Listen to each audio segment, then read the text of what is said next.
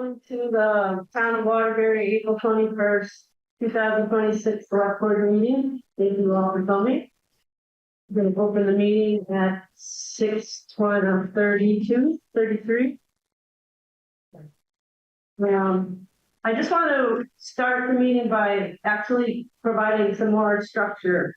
I think folks that have attended the previous couple of meetings know that I've been trying to get us into some rhythm, an expected template that we follow for an agenda. I'm promoting strongly in-person participation. I just think it's with a community of 5,000 people and the time that I spent on the planning commission, we heard over and over that communication and the public engagement and conversation will help us evolve a better community.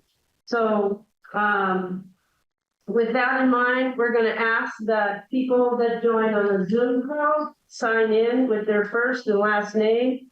And when they choose to ask a question, they'll turn their camera on. And so we'll have that process begin, I hope, next week or the next meeting. This also helps the minute taker to know who's online. So I think there's a lot of benefit for this process. The other thing that we're going to do to try to add some more structure to our process is that between the current staffing limitations and the majority of the select board members having full-time jobs outside of volunteering for the select board, we're going to try to, we're going to request, and it'll be posted on the website, that materials and agenda items that folks would like to have considered to be put on the agenda be provided to the town clerk or myself, the select board chair, the Wednesday prior to the meeting. The select board is looking to, because the meetings are on Tuesday night, we're trying to get the select board agenda posted by close of business on Friday. The town office is closed on Thursday. So if folks will have their materials to the town clerk by close of business on Wednesday, that gives us Thursday to make sure things are coordinated and I can do my other job. And we can sort of make this a little bit smoother operation. So appreciate that folks respect the fact that you can't come in on a Friday morning or even a Tuesday morning and ask to be put on the agenda. It's just can't happen easily, and we want to have some structure here.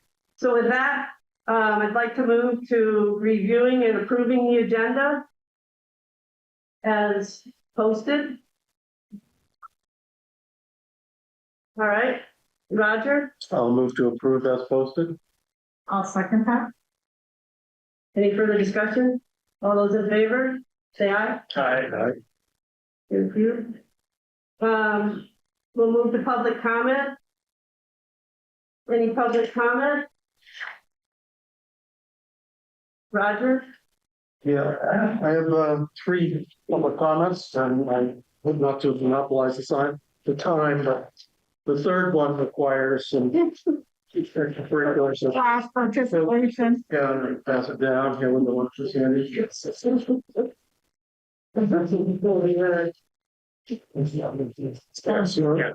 The first one is that Down Street Housing expects to get their certificate of occupancy for 51 South Main Marsh House on the 6th of May, and that they plan to do scheduled public tours of the new facility soon thereafter. So look for that. Everyone that's curious about the new building in town will get a chance. Find information on that. Posting.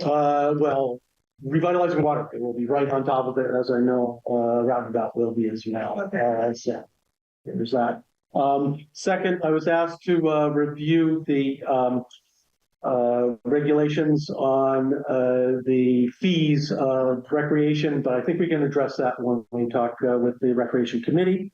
And then third, I'd like to ask everyone to join us in celebrating Anne Imhaugh's 90th birthday. And if you don't mind, I just have a few notes about some of the contributions that Ann Imhoff has made during the past 40 years that she's been living in Waterbury. That includes, she has served on the Waterbury Historical Society from 1988 until present. She was one of the founding members of Revitalizing Waterbury. She served as editor-in-chief for Exit 10 from 1989 until 2006 or 2008, 2008, I think this. She also served both the town and the village of Waterbury as auditor. She served the village as a trustee on the zoning board of adjustment. She was a member of Waterbury Arts, and she was the motivating factor behind the historical trail for Camp Smith on the CCC program. So please join me in celebrating Ann's 90th birthday.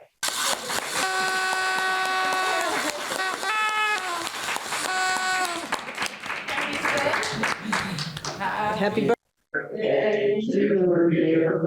Happy birthday to you. Happy birthday to you. Happy birthday to you.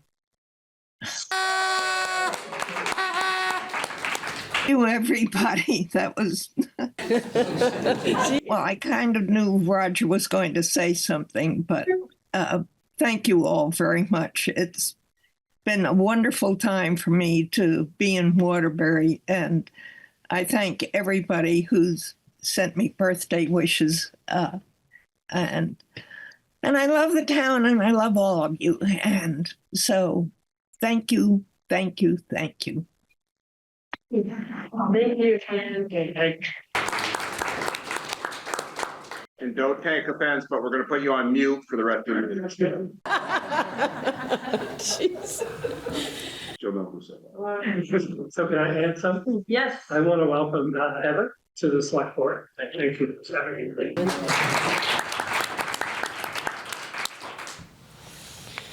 All right, I'm gonna get to business then. Let's approve the minutes from April 7th. Take a motion or comment. I'll move to approve the minutes from April 7th. I'll second it. Any comments? All those in favor? Aye. All right. Moving on to the consent agenda. Any questions there? Roger? I'll move to approve the consent agenda as written. Second.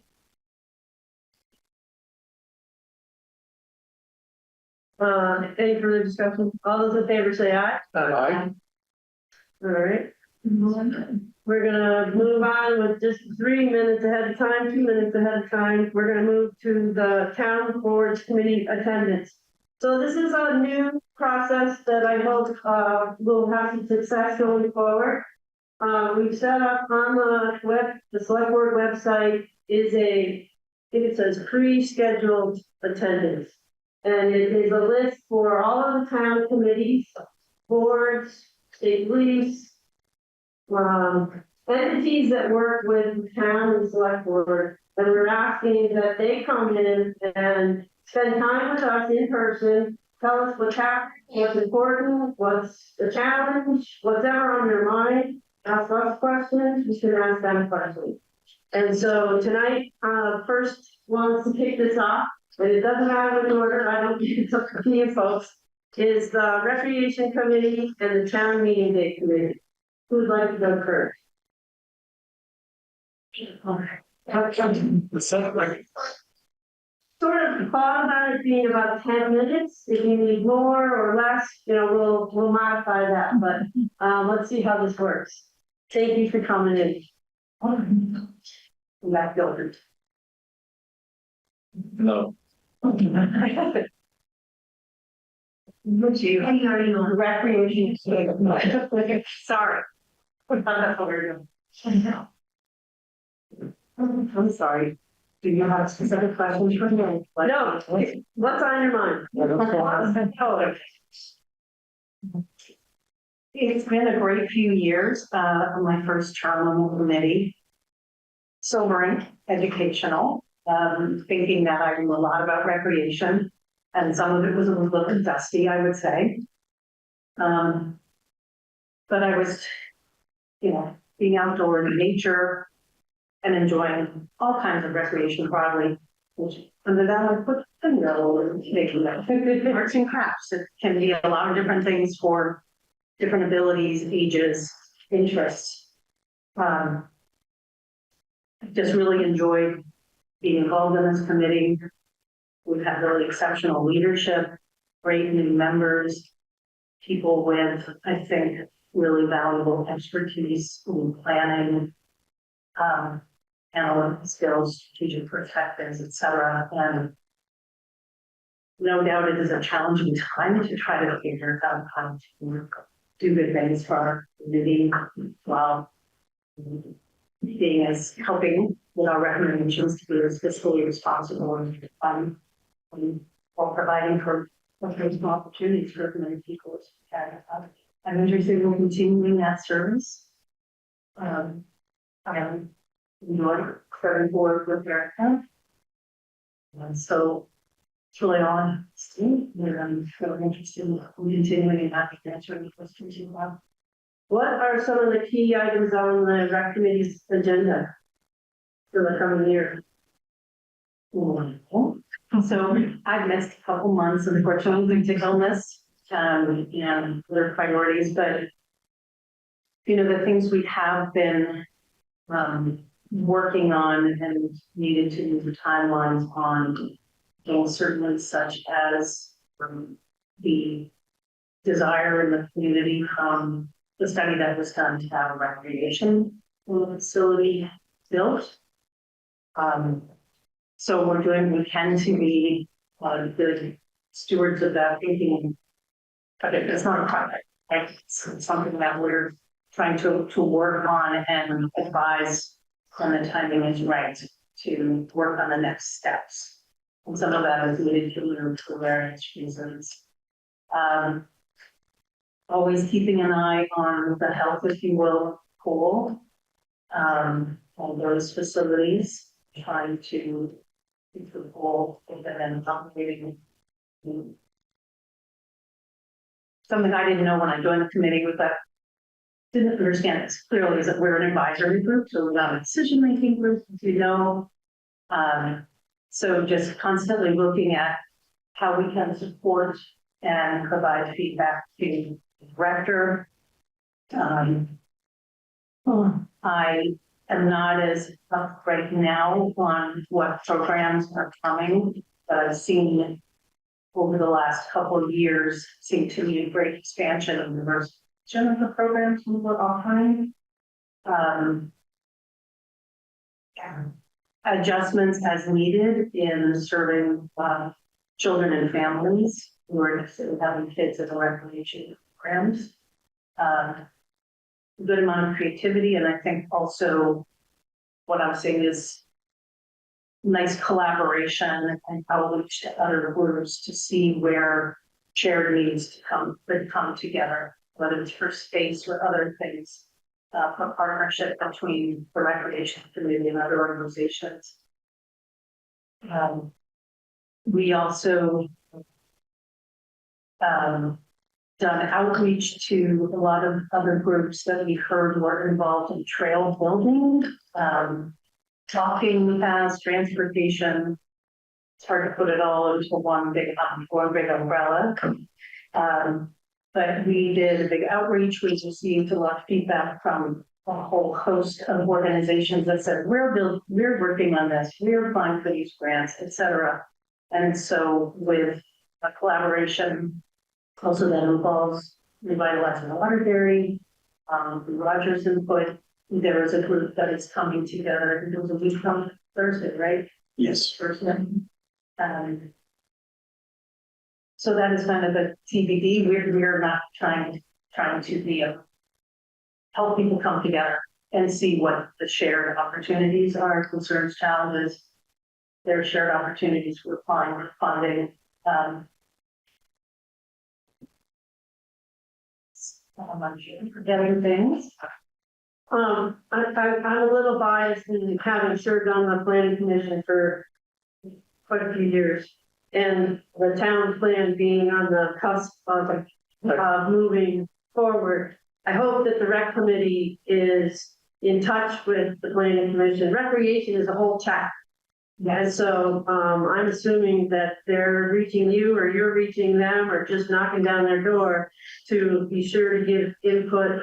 I also think it's really important that you, the rec committee being the committee representing the town, be really involved with the Trails Network conversation is something that through the visioning process over a year at the planning commission was repeated time and time again. Waterbury Center to the community, in all of the trail kinds of opportunities. So I really hope that the rec committee takes a strong lead with the rec director. You know, we have town resources that I hope are really actively involved in that process because you guys are representing the town. Just my pitch, I'm sorry. That's okay. Again, unfortunately, I missed the last meeting, that some of that planning happened. Well, And then the town report, certainly that's another piece that we worked on. yeah, And the guidance from the planning commission really helped if using the components. They helped us to look at moving from narrow and specific things to more broad how to meet needs. does anybody else have, I don't want to ask any more questions. I will just, do you want to elaborate on some of the other services you as a professional have done for the town? Not the role of script, but as. Singing? No, that as well. I was thinking along the recruitment, human resources. Oh, let's just get back up here in a minute. Oh, We're talking about appointments, because we're only doing the committee, Oh, right? Oh, yes, I was just, We're gonna have the rec committee, isn't the rec committee on it for appointments? Yeah. Yeah. Okay. okay. I think we got that pretty good. You're not a candidate yet. Well, You're doing really good as one. Did I get? Yeah, you want to take some? That's funny. Maybe not so funny. I thought that we were at the point where the candidate was supposed to. Sorry. We really didn't. Where's it going? Well, I think you did really well. Right, I think you did too. Too, because I think the other item to talk about is the fee schedule. I'd like to hear about the fee schedule competition. I will really have to pass that. Well, That's pretty funny. I'm really embarrassed. I can speak for the car or sit at the table. Thanks for the clarification. Sleep on me. That is, but you were doing such a great job. Well, you know, I have from our chair, Frank, who was going to speak today. That's such a, The next spokesperson. no, it's not official. That was so good. I will mention that what Beth has just ended on prior to technology is that it's a trail summit that we have planned for April 30th, and it's very exciting. It is about the idea of path connectivity, right, Roger? Like we're talking about all the work both like groups are doing individually and we're coming together collectively. So we're not redundant in our work, but we also organize together. And the planning commission is a really good suggestion. I have only been with the rec committee for 2 months. With my position now, in those 3 months, we haven't worked closely with the planning commission, not to say they haven't been prior to that, but we'll be breaking in that. Definitely reach out to them. I mean, they would love to hear from you. You've got, and the study that was done, that input is, the town plan is an 8-year document. So it's looking to the future and you guys are doing that looking. So that's a great suggestion. Yes. You want to go medical? No. Great, so Roger and I have been working together and Martha just on what we're going to do with our facilities rates going forward. Our last rates were approved by the select board in 2021. So we had a plan to I'll do recommendations for 2027 that's by for a little bit of research to fall 2026. So currently we have a lot of organizations, groups of people saying, hey, can we get our fee waived for our facilities reservations? Nonprofits adaptive sports are renting a pavilion per day and then doing a workshop adaptive schools who want to rent pavilions for their teachers or students. So we talked about it. We don't that we see in our policy have a profit rate. So we were considering for 2026 the duration of just offer 20% discount for nonprofits to our rates, and then in 2027 have a more for policy rates. Those fees are used to maintain the facilities. So if you waive the fees, you don't have the funds to maintain the facilities.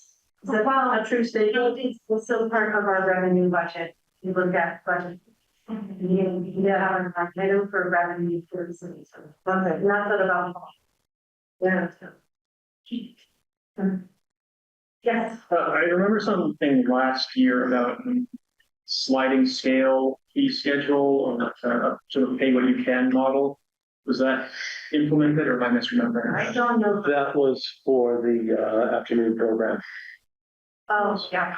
Was meant to be provide incentive to expand the participation in the after school program, but will pan out as well as I'd hope.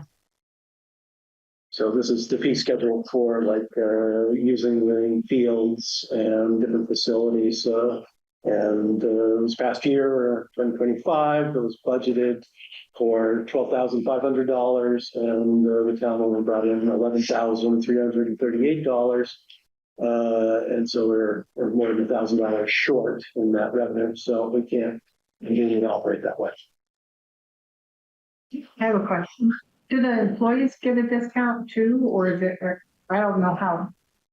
I haven't seen that in the policy. Okay, well, just wondered whether or not the employees get a discount with the rec department as well. Discount for the use of a facility. Yeah, any of, or even the program, we don't know if they do.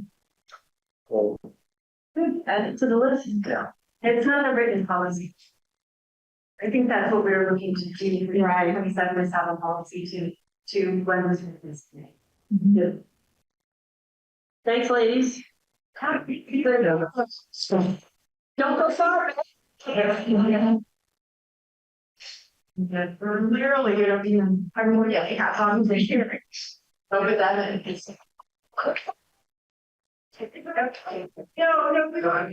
Just the consent agenda items that we wanted, we didn't really need to be here for. You run it out. The Bidwell.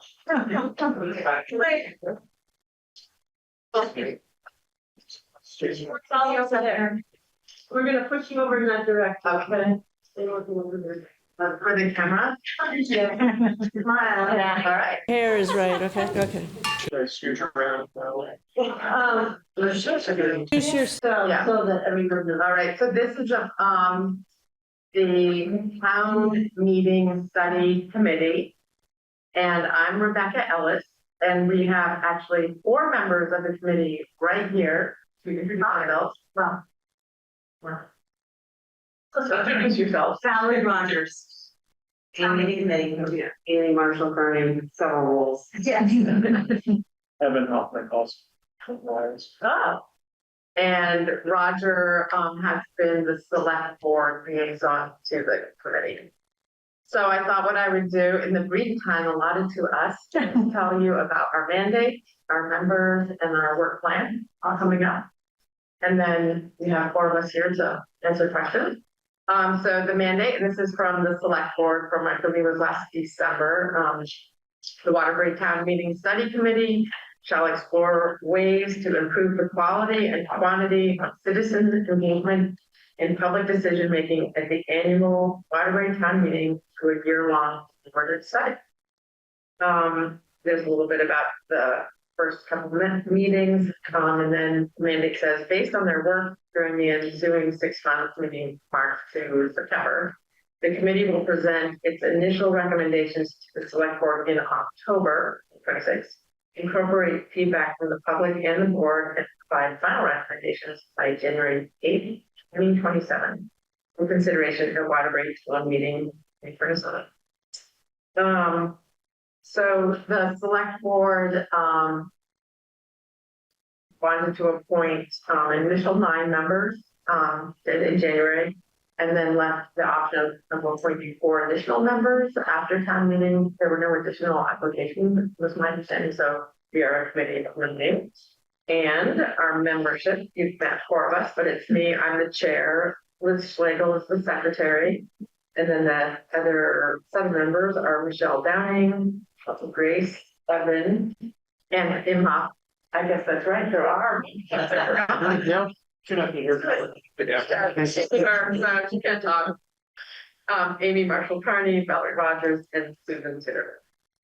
And we have come up with a kind of a work plan with the dates of all our meetings. So we meet on the 4th Wednesday of every month.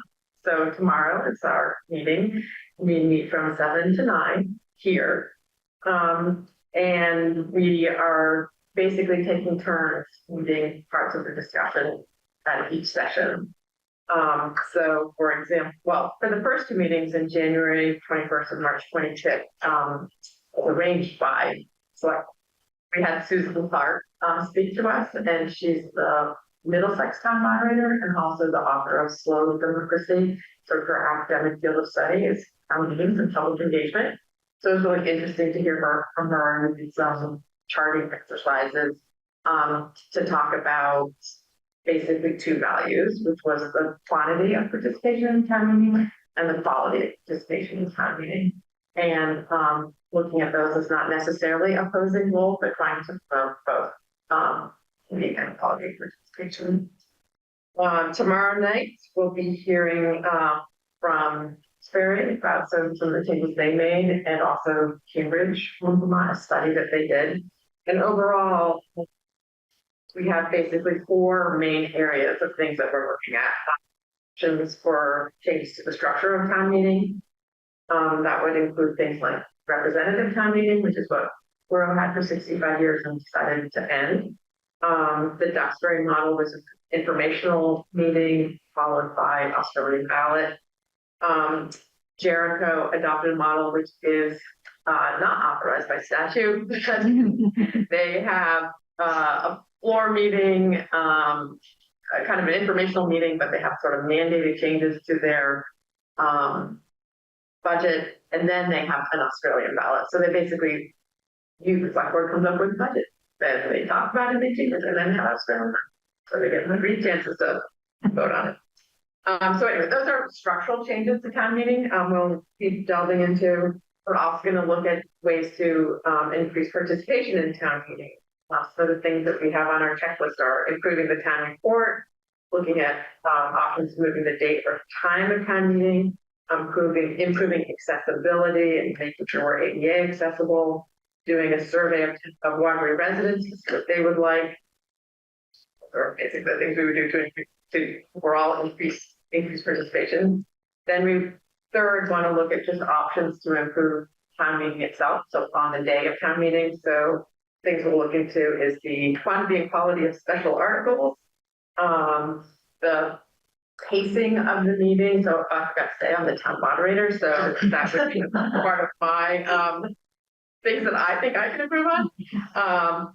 Doing more trainings for people who want to have motions at town meeting or want to make sure they can engage in town meeting. And then the 4th topic that we wanted to look at a bit was also just options to increase civic engagement in general. So not just at town meeting, but just making sure that out of town have a lot of options. Actually, a lot of people here tonight for your select board meeting, so that's great. we're gonna look at maybe what Morristown has done with the civic engagement committee that they organized. They have a committee that works on civic engagement throughout the year. Same with Jericho, they have something called the Jericho Reimagined Committee, which is a standing committee to support citizen engagement. And then also, you might hear a little bit about a study that was sponsored by the Vermont Secretary of State called the Civic Health Index. And we have our speakers lined up for tomorrow, and we'll have some discussion tomorrow about that. And then for our May meeting, we have lined up to hear from Michael Moser, who is from UVM Center for Rural Studies. He's the coordinator for Vermont's Census State Data Center and helps a lot of towns and surveys. I'm excited about all of that. We have a lot of work in that, so we're gonna be very patient. And you want participation by anybody to come. Yes, exactly. We think that our meetings will be really interesting, so it's a big audience participation. Yeah, we can compete. Yeah, so I think you'll win. So Rebecca, or to the group, is access really trying to improve person or the variety? Any account structure. I think we're considering all aspects. It's quite. It's not true objective. It's about. It's bigger than that. It's like the bigger picture. This is probably going to be much more than 1 year. Right, but the goal is just to get more people into the gym. Right. Quality and quantity, is what I heard. Well, about quantity, people just want to persuade that, people need access and can't be. Correct. Right, but we are considering a physical and technical. Visual. Anybody else on the board? Anyone in the audience have a question for? Suggestion? Send a meeting tomorrow? Yeah, and just to note to your question, Don, so state statute doesn't allow people to vote hybrid at town meeting.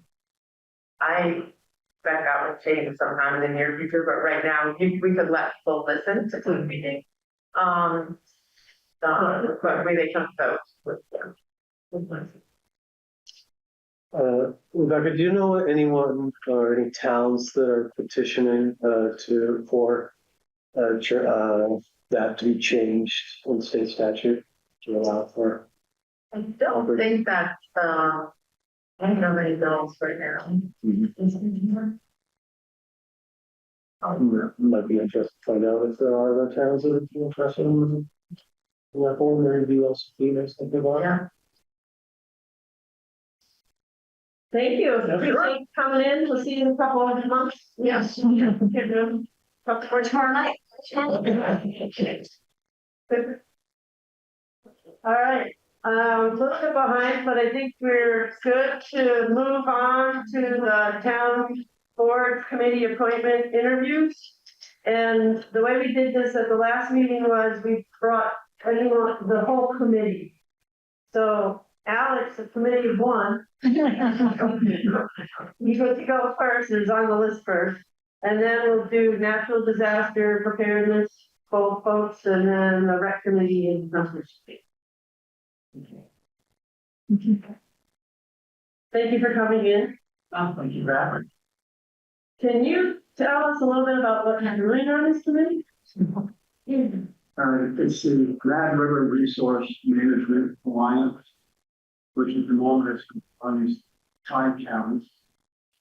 Working on Basin, Waitsfield, and Warren, and Warner. Warren currently does not have a representative, past representative, after the cancer. Maybe you can find some right now, it's of course, the big player, John Mull, who was the administrator.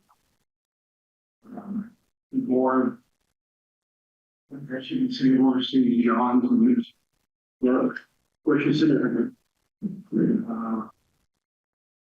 We review budget, we review proposals to the indoor contract for the hazardous waste utility events twice a year.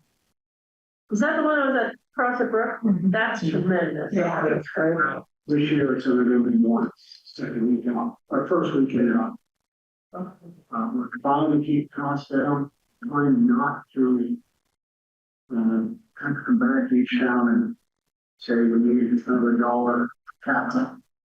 Right now, each town is billed at $1 per cap. Waterbury being the largest population, we can figure 37,000 and everything else, which I know the big picture, is a tremendous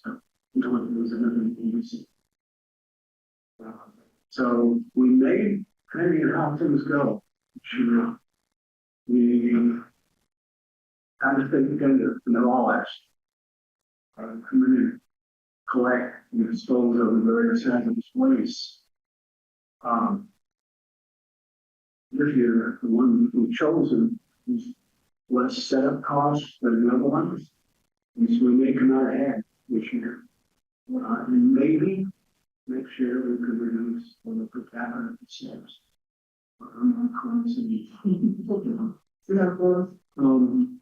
We also, through Don, he testified in various regulations meetings.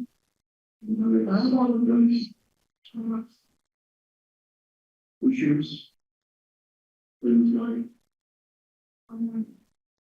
the stewardship program will there's been an effort to try to get manufacturers to cover some of the costs. Recycling hazardous materials. Right now, the program was back clean. Things like that. We're very interested in life coming through landfill. Where all this material goes. I'm not doubting anybody, but 20 years, maybe we're still taking in sludge from out of state and other waste. I know that they're making run the business. And they're not knocking anybody to stay here. I mean, not confident. I know there's more confident city is going to be ready when it comes to this moment. You guys work with DEC or the solid waste, isn't there a division or something? Yeah, it's a division, it's a division of solid waste. So he's an excellent leader. That's great. You guys, what we do? Any questions from the board? Hello, Paul. Took over to Ed Steele. I put down 8 years on the form, and could be more. It's an interest. We want to be involved in municipal affairs. Very quick history. I was manager in the 70s. Her mother worked in the municipal office. We've been in the rec committee, I've been on the select board. I serve now on the Civil Use Alliance, and I'm also I've enjoyed it. Thank you for your service. Thank you. As well as you were Public Works Director Yeah. and the town engineer. Town engineer, right, yeah. You must be bored. Still for basis. A lot, that must mean a lot. Needed a lot. Thank you. Thank you. We're gonna, approve the slate of candidates at the end, so, but, thank you very much. Thank you. Oh, there's also some issues for you'd like to see. Like my time to represent for whatever maybe come in a couple times a year. Okay, come in. I'm more than willing to do that. I know John Bonner comes in usually when it's budget time, talk about what they're doing, but I'm more than happy to come in. I don't have the schedule in front of me, or maybe I do, but there's a list posted on the, website And, I see natural disaster preparedness and fire department, in June. This looks like an earlier draft, but, I don't know if the alliance is on there or not, but we can certainly add it. I think, I mean, the whole point of this process is to have you guys tell us what's going on and have anyone attending the meeting besides the board to ask questions and just keep us all informed. So appreciate it. We'll put you on there. Can I ask? Yes, please. When you talk about per capita, that includes Waterbury Center, or Waterbury. Run for the whole time. Dollar per capita. The Joe here for between 1 right? 1 month.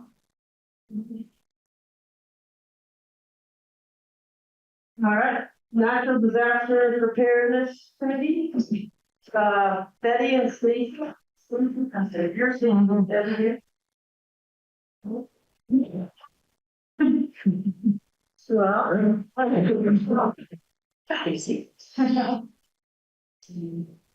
can you give us a little bit of information about yourself and why you're interested in being on this committee? Sure. My name is Stacey Schwartz. I've been on the committee for usually a year and a half. Almost 2 years. Oh my God, I took over, I think somebody else. To figure to people and like it was very tactical focus on like it's not funny, not me. Yes, we actually had I moved from New York City years ago. We have Sharon Duxbury, who was more over and she's ready to look practically in monitors.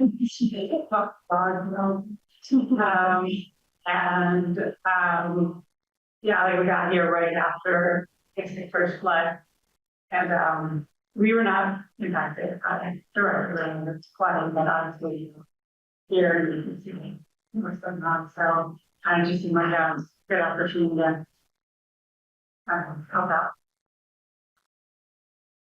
So you're, according to the information I have, and you have to correct me if this is not right.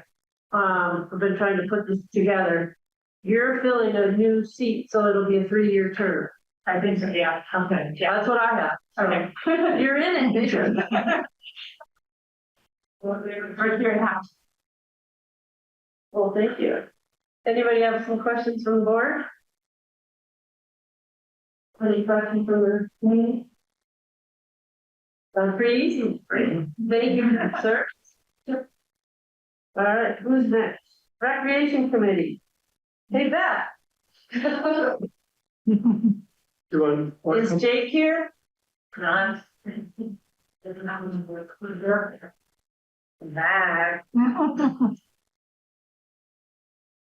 then Marlena and Dwayne. Come on up. Grab a chair. We're having to choose or. Right.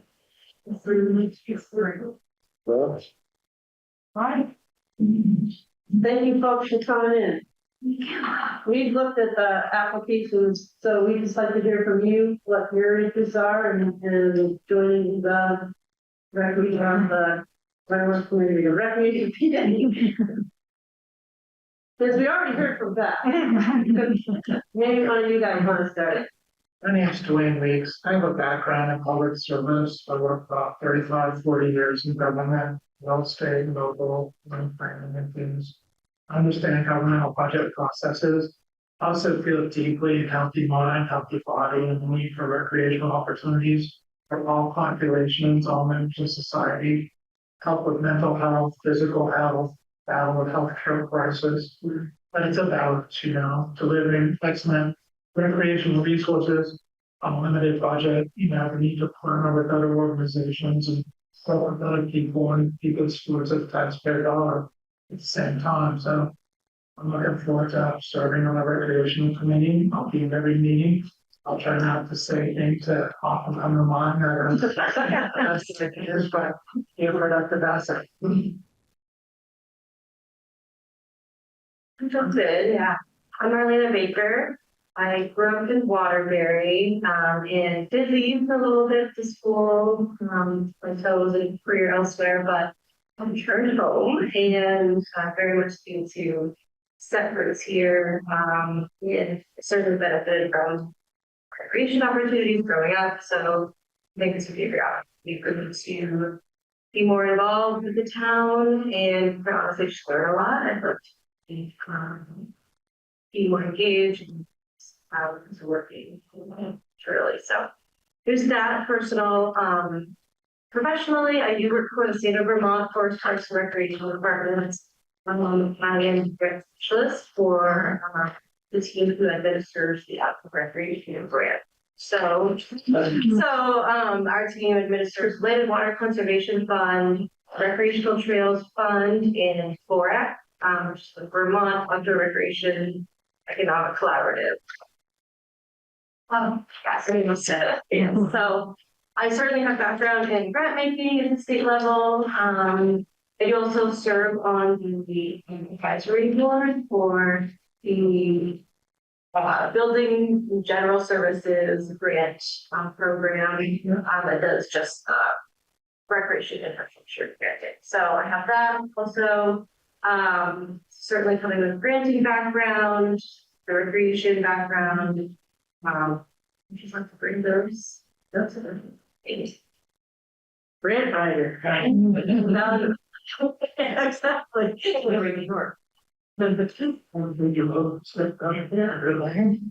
Anything you want to add that?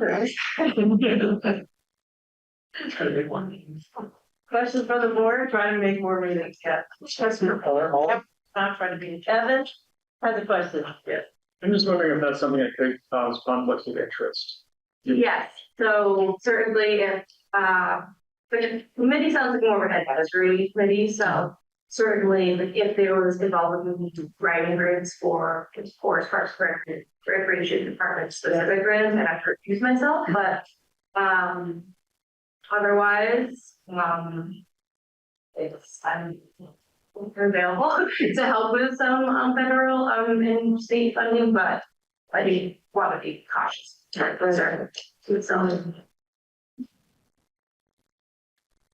Yeah, I was just wondering, is everyone applying for another 3 years? I'm applying for another. Yeah, Another 3 years? positions being filled are all three All three. that are open. Yeah. So the new chair has not been appointed. That happens at your next meeting. Okay. Yeah. Any other questions? I'll just say that I've enjoyed being of service to the town recreation and everything else. You guys do, Help me, so. do you guys do the, disc golf? How is the It disc? lands on our/their recreation facility. Yeah, okay. Maybe we've got to, look at different issues, consider different issues that have come up. That is managed, I think, by Center James. Oh, okay. So it's not. Is that a nonprofit? Or is that just? No, I think it's just a community, ad hoc community group. It's not, It's not a record. not organized as a Okay, Or corporation. issues that came to. yeah, Whether we're conflicts. yeah. I have to say, I read the mission statement of the rec committee and I was impressed with your charge. You guys are working just to see the future for Waterbury's recreational activity. So it's important. I agree with you with your mind and heart. Any other questions from anyone? All right, thank you. Thank you. Thank you. All right. Conservation Commission.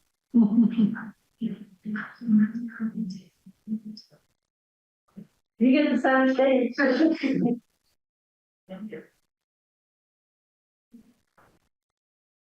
Please introduce yourself to the members of the select board. Hi, my name is Municipal from Westland. Okay, thank you, Chair. I will speak up.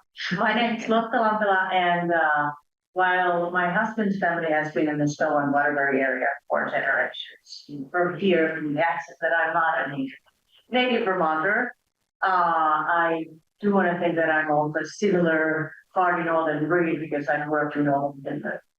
I'm a more recent transplant. And that's why I have to say that when I'm listening to many of the other speakers, I realize that I don't have the wealth of experience from the area, but I am more willing to learn. I want to learn and understand because this is my forever home from now on. I feel very much that here. It's like home away from home because it's Vermont is both socioeconomically, scenery wise, politically as close to, I would say, to Finland as any place in the US. And while I don't have the experience from the area, I would say that I hope that sometimes a newcomer's perspective is also one to have. My background is in public service. I worked until very recently. I was always in service of government, first in Finland and then in European Union, and most recently with all the Vermont judiciary here in Vermont. And why Forest Conservation Commission is the one that I'm applying for is there are several reasons. One of them is that I lived in the wildlife corridor area that's called Schuster Hill. And the other reason is that all my previous professional life, I was in an advisory role. I was in a role, in a way, in the interface of the policymaker and the information provider. And I feel that the conservation commission is one of those advanced roles. The role of the commission is to gather data, because without quality data, we can't be able to move from policies or decisions. So I feel that the role in the commission was the most comfortable for me. And also, I felt like I'm comfortable in that role where we're translating between the needs and the wants. Because sometimes the language just needs somebody in between. Any questions from the board? Any questions from the community? Thank you very much. Welcome. Yeah. Thank you. All right, let's see. Tree board, we're still waiting. Oh, Come back to one more. No worries, I've been here since '81 and I'm not very Vermont. Thank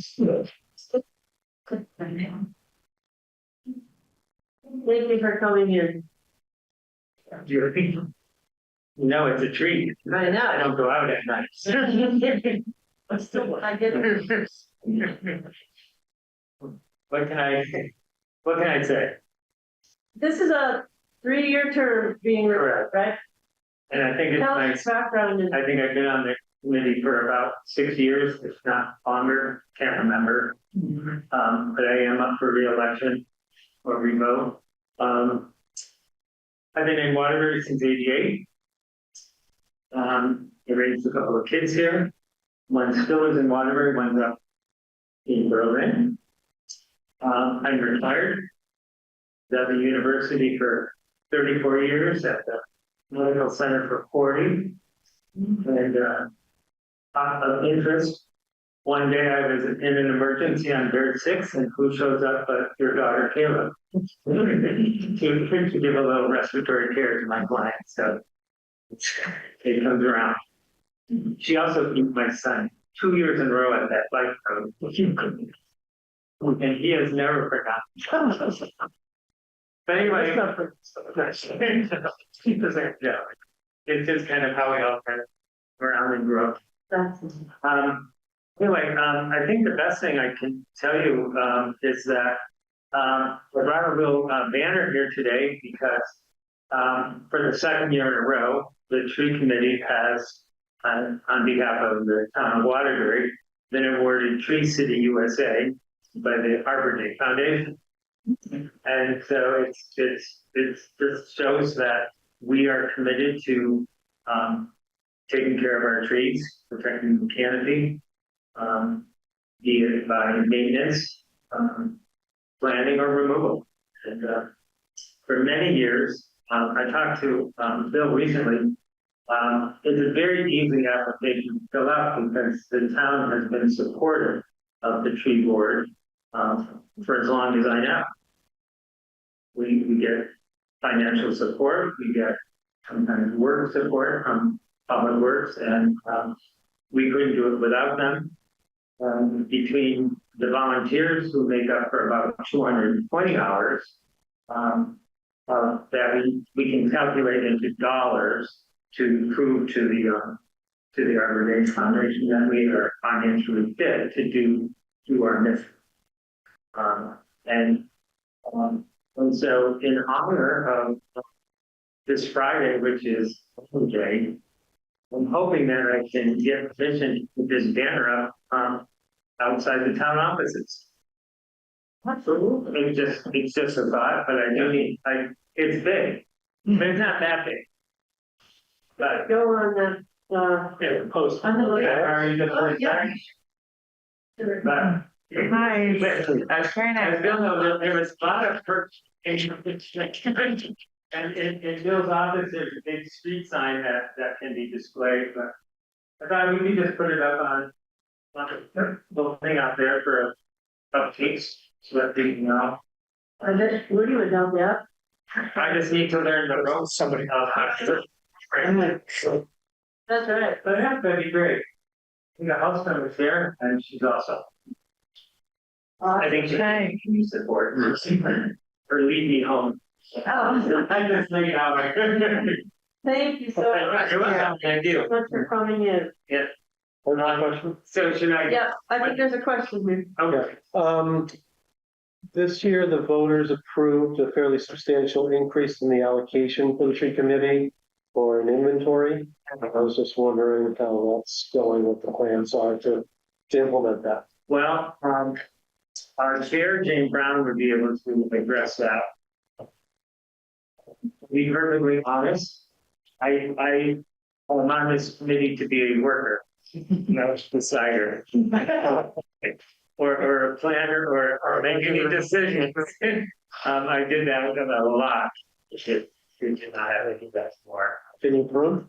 But that, Can you prune? I can prune, I can mulch, and I can dig a hole. And there's many fruits of our labors out behind. Yeah. Hopefully the tree that planted in memory of Steve Lodge survives winter. Yeah. Got attacked with that spot by the Japanese beetles. Yeah. And hopefully with the spraying of the tree, we were able to save it. Well, thank you. Thank you. Yeah. Yeah. So should I be in touch with somebody? Erica, yes. Thank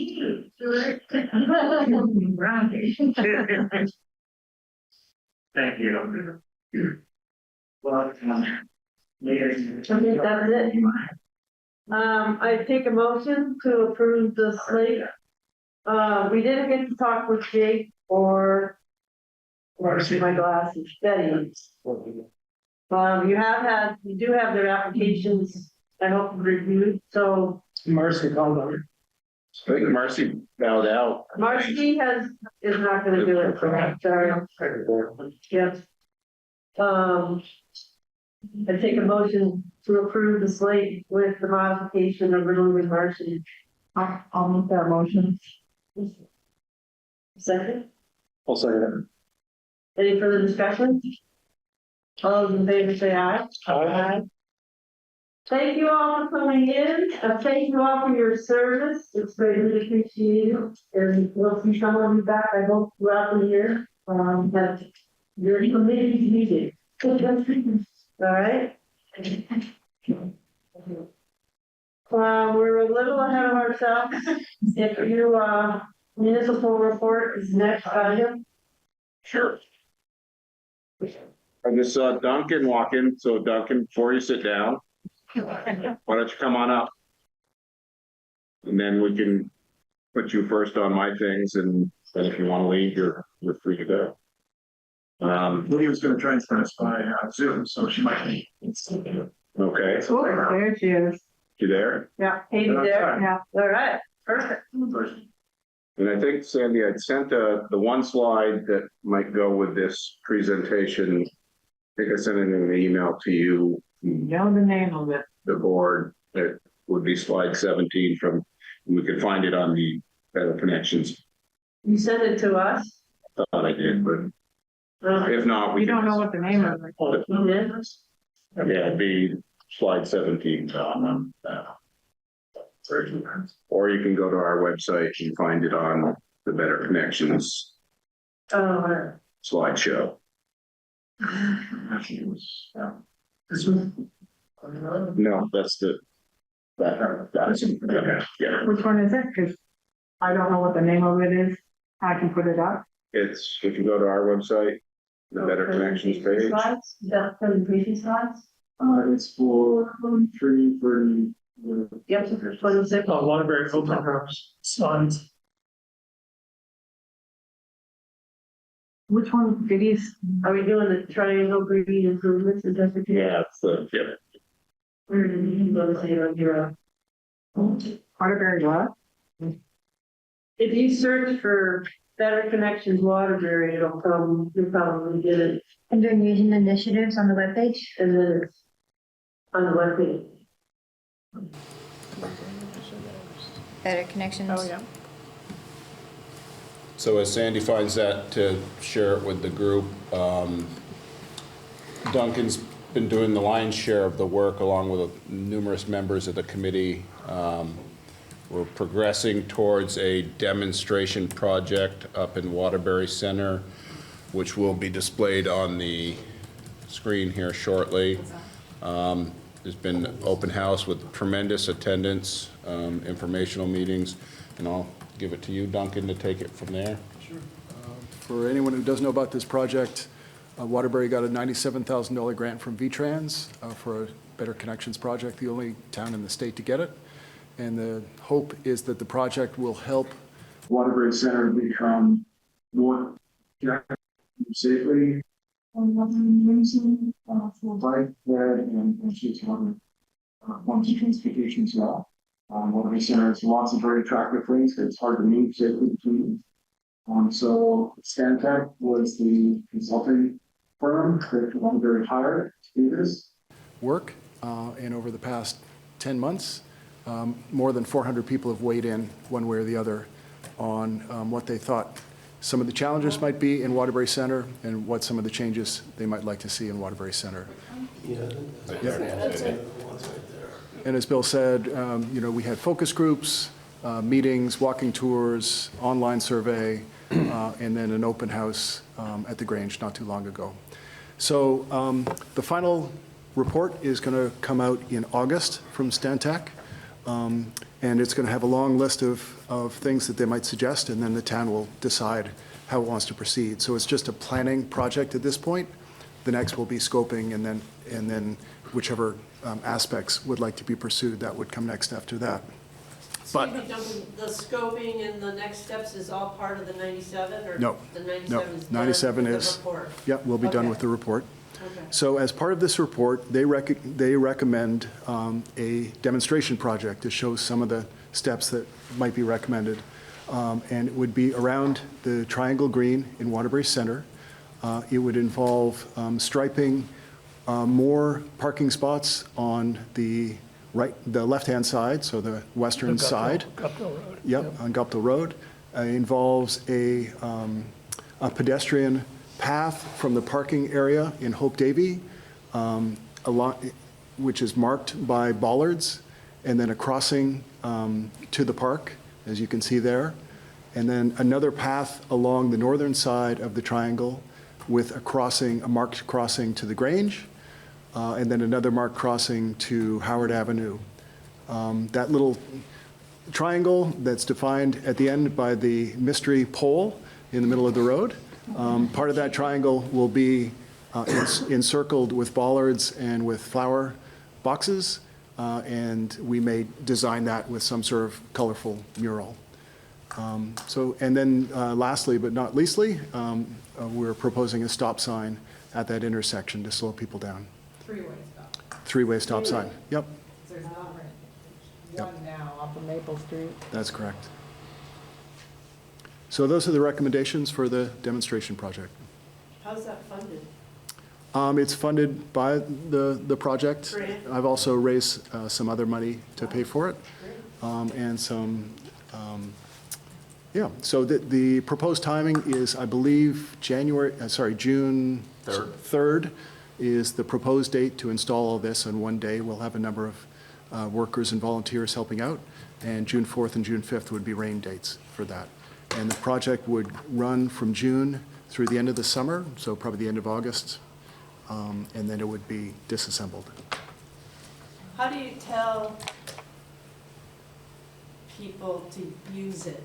Yeah, so we'll be turning to Lisa, there she is. The folks like Lisa and Front Porch Forum and other means.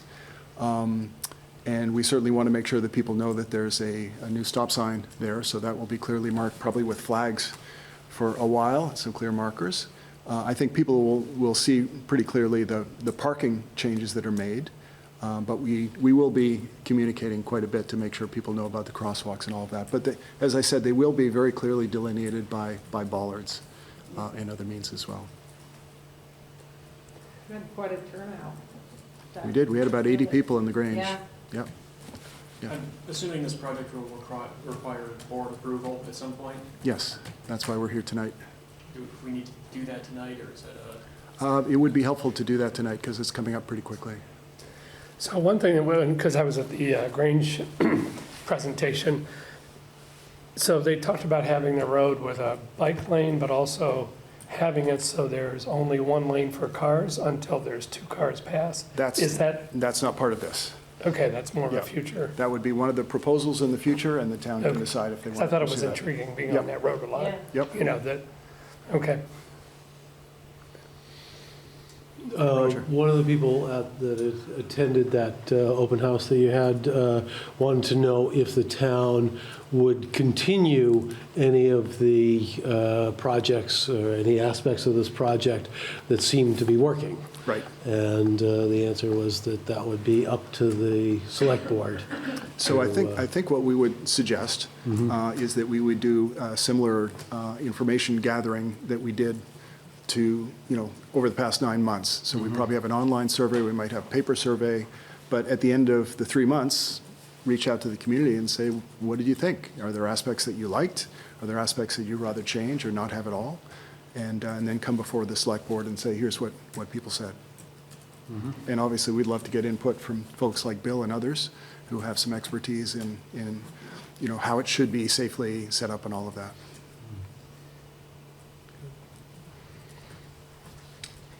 Roger? I'll move to authorize the demo project.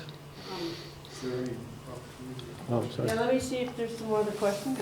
I just thought we'd get the motion on the table. Okay. Is there a second for the motion? no second? Evan? Okay. Further discussion? Did I see somebody for Bill? Should I go? Sure, come on up. Just leave that chair. up. Yeah, you might just take this chair. We got plenty. Thanks. Thank you. This all sounds intriguing and interesting, and I think it's a good concept. I don't know if Stantec addressed it at all. Typically, for a stop sign, there needs to be an ordinance. So the stop sign is going to go up. I think you can put it up. You won't be able to write tickets on it, I don't think, without an ordinance. And when you say it's going to be disassembled, that will include the stop sign as well? It will depend on, I mean, it's up to the select board, but I would imagine if the feedback from the community said, we love that stop sign, it's a lot safer, what have you, then the select board may say, let's keep it up. Okay. So you might consider at least preparing an ordinance. I brought that all up earlier. I thought not having it put into the ordinance and then taken back out. Yeah, I think it's... Knowing that it would never be enforced by any law. I'm not trying to throw No. water on anything, it's just that if it's going to stay, it's typically, I think it's, the ordinance has to be passed, and then there's a 45-day period that you have to wait, and it can't be enforced until it's all set. So if this is gonna be coming down at the end of the summer or whenever it is, and you want the stop sign, you might wanna have things kind of. Well, and I was gonna ask if it's a 3-month period, I'm assuming you'd be back to us before the end of the 3-month period so that a decision can be made to address whatever the findings are and whether it should move forward. That makes sense. You can't come in November. Yeah. Duncan, what's the process for giving feedback? I mean, how do they email you? Do they It email? hasn't been decided yet. Okay, But, yeah, as I said, we've had more than 400 people offer feedback, so I think we'll be able to yeah, I'm just curious. get this more. And I think Katie Gallagher, who's been an equal partner with me on this, is on Zoom. So if you can hear us, Katie, if you have any comments, please feel free to jump in. Everyone, sorry I couldn't be there in person. Thanks, Duncan. I think you did a good job of the overview. The one thing I would just add in terms of feedback and engagement is that as part of our contract with Stantec, they also have hired a community engagement specialist who also happens to work for Local Motion, the organization that does a lot of these kinds of demonstration projects with communities across the state. So I think over the next couple of weeks, we'll also be working with him to ensure that we are doing everything that we can to engage the community both before and during and after the demonstration project to get that productive and inclusive feedback. But if anybody has other ideas about how to do that well, we would certainly welcome any ideas. Yeah, it's a hard one. I have a question. I don't know if this is to Cheryl or Bill or whomever. Are there other requirements, along the lines of what Bill was just asking with the stop sign ordinance, are there other permitting or local regulatory processes that are applicable to implementing these temporary improvements? Bill spoke to all the ones that I know of, and the signage would all have to comply with the MUTCD, Manual for Uniform Traffic Control Devices, all those things. Yeah, those are the only requirements I know, and as Bill spoke to, your adoption of it into an ordinance, if it's going to be a permanent fixture, et cetera. Yeah, that's all I know of. Yeah, I was just thinking of the bollards and adding, I don't want to Again, call them obstructions, but, If they land in the MUTCD standard, Okay. yeah. That's what I was getting. And Stantec is well aware of the rules of the The road. rules for that. Yeah. Okay, cool. Sandy? I just have a quick thing. At the meeting, it was brought up about the stop signs not being, the one on the hollow pulling up there, it's been hit a lot of times. I do see that somebody trimmed the trees a little bit, but it's still, when you come over the crest of the hill, it's. Yeah, I spoke with, I think that would benefit from a stop sign ahead sign, so I think there's other things that may come about from this demonstration project that would be low-tech, low-cost solutions to some issues. Gary? Oh, not my business to call you, sorry. Somebody have a question? Come on up. Martha didn't see them. Well, I don't want to exercise too much. So I've seen in a lot of places recently where they put up signs, stop signs, and they make them, and you don't want to get into battery issues, but they make stop signs run off a solar panel that have little red LEDs, and they don't take much. But that is a lot more visible than just the sign, especially at an intersection like that, where people for 100 years have been driving through there, and they're not going to see that sign. And that's just begging for a crash. So I would at least look into it. I don't know how much more they are to a regular stop sign. Obviously, it's more, but at least it's more visible. So. Good suggestion. Or even the flag. Yeah, I think the one good thing on that three-way stop is, the one stop has always been there. Yes, Right. yeah, It's so not now a you just new gotta one. worry about two people that have been there for. Gonna run it, right. Amy, yep. Did you bring another question? I do, but. You wanna finish on? You guys can come up together. Apparently, I didn't even bench here. I know. So I just had a couple of questions. I did not attend the in-person, the open house. I'm glad you had it. That was well attended. Very well. I heard, but it happened to be my birthday, so that was. There's not a gonna priority.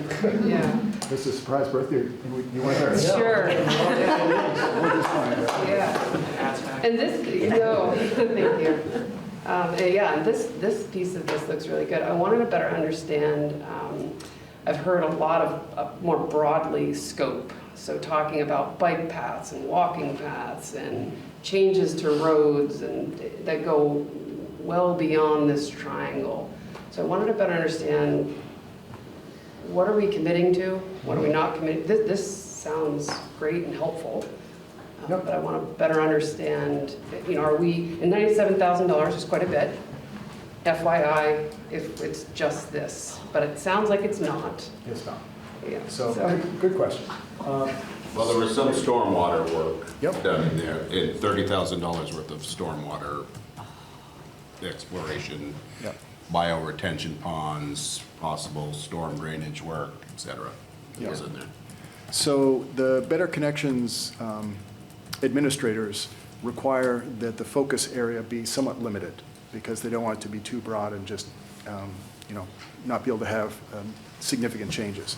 So in this situation, our town is looking at basically from Carl Seuss to the State Park on Route 100, Howard Avenue, Hollow Road, the Triangle, out Maple Street a little bit, and to the post office. So that's the area we're focusing on, and they have a number of suggestions and ideas, and if you go to the town website, under Better Connections, you can see that presentation that was at the Grange. I did, yes. Okay. I'm just trying to get more narrative on that part because we're not talking about it here. So things like potential changes, how to safely get to the state park, for example, which is very dangerous to get to right now. How to move around Route 100 in front of Cold Hollow Cider, very dangerous right now. There's no way to bike or walk or even pull your car out sometimes. So those are things that are on a state road. Those are things that have high risk to them if they're not done properly. So those are long-term things that require other studies, traffic studies, movement studies, et cetera. It's going to take more money to really figure out. This is town land. These are changes that can be done fairly easily. People can get a sense of how they are. That's why we're doing it here. But there's a long list of recommendations that's going to come out of the final report. And then the next step is for the town to say, all right, they'll give us a sense of how long will it take, how much does it cost, things like that. So we have an ability to prioritize. And out of, let's say, 100 recommendations, I'm sure the town will say, well, let's do these 7. And let's look into them. We need another study for this, another study for that, and that'll be the next step. But right now, this was sort of getting lots of feedback from the community. And again, more than 400 people kindly offered their feedback. Then the Stantec experts who've done this all over the state and other places said, given this situation and looking at rights of way and all that, here are some things that might work for you guys. But then the next step is for the town and the select board to say, all right, what do we want to move forward on? But that'll take more study to actually enact it. This we could do easily. Yeah, in the slide, this one here is color-coded that says it's going to happen right away, 3 years, or 2 to 3 and 5 years. That's kind of a long-term plan. Yeah, but again, that's totally up to the town to decide. I'm just saying there's suggestions in there. Here's a suggestion, and for most towns, it would take a while to do, and, et cetera. They give you a sense. Yeah, thank you for that explanation. And then I won't get in the way of your decision, but I will want to come back to the select board after that in terms of overall process. That's okay. Thanks. You have a question? No. You're gonna hold up, okay. Still? Do you have a question? I'm trying to decide if I want to ask. I think I'll pass. Lisa, I have one quick question. Just a clarifying question. We should be introducing ourselves. Okay. Lisa Scaloni from Waterbury. Thanks. Could you go back to the mystery poll? The mystery poll. The telephone poll. Oh, is that mystery poll? Yeah, so, yeah, you never I've lived here over 20 years, and I never know what side of that pool I'm supposed to be on when I get to it.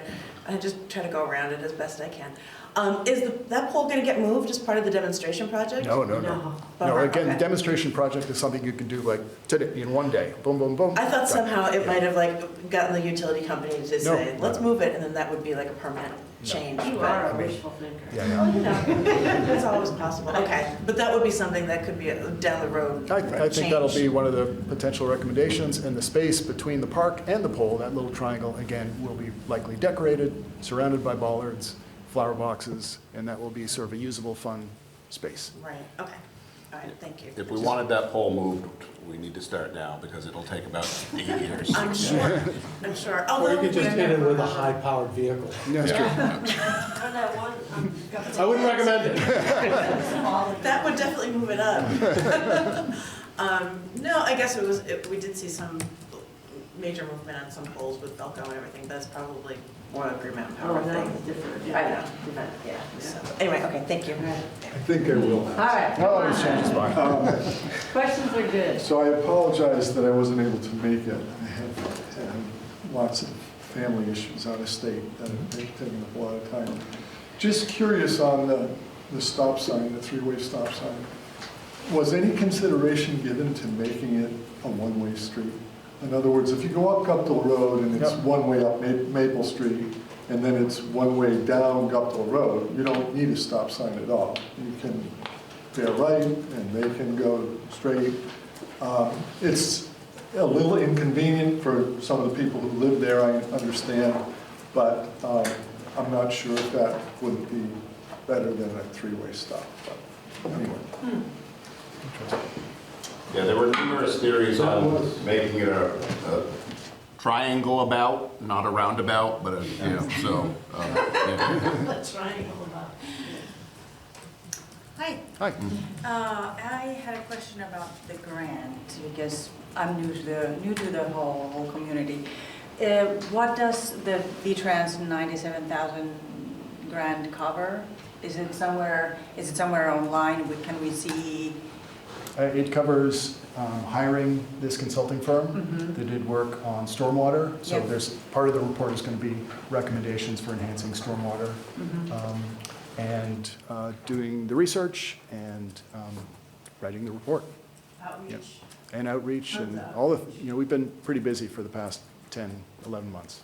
Great, so basically, whatever comes after the report. The That's- report will be the end of this stage. And then the next stage would be scoping. Again, you would need to take the report, pick whichever components you think you'd like to find out more about, maybe move forward on, and then you'll need to move forward on that through probably some fundraising to pay for studies that would help you scope it. Thank you.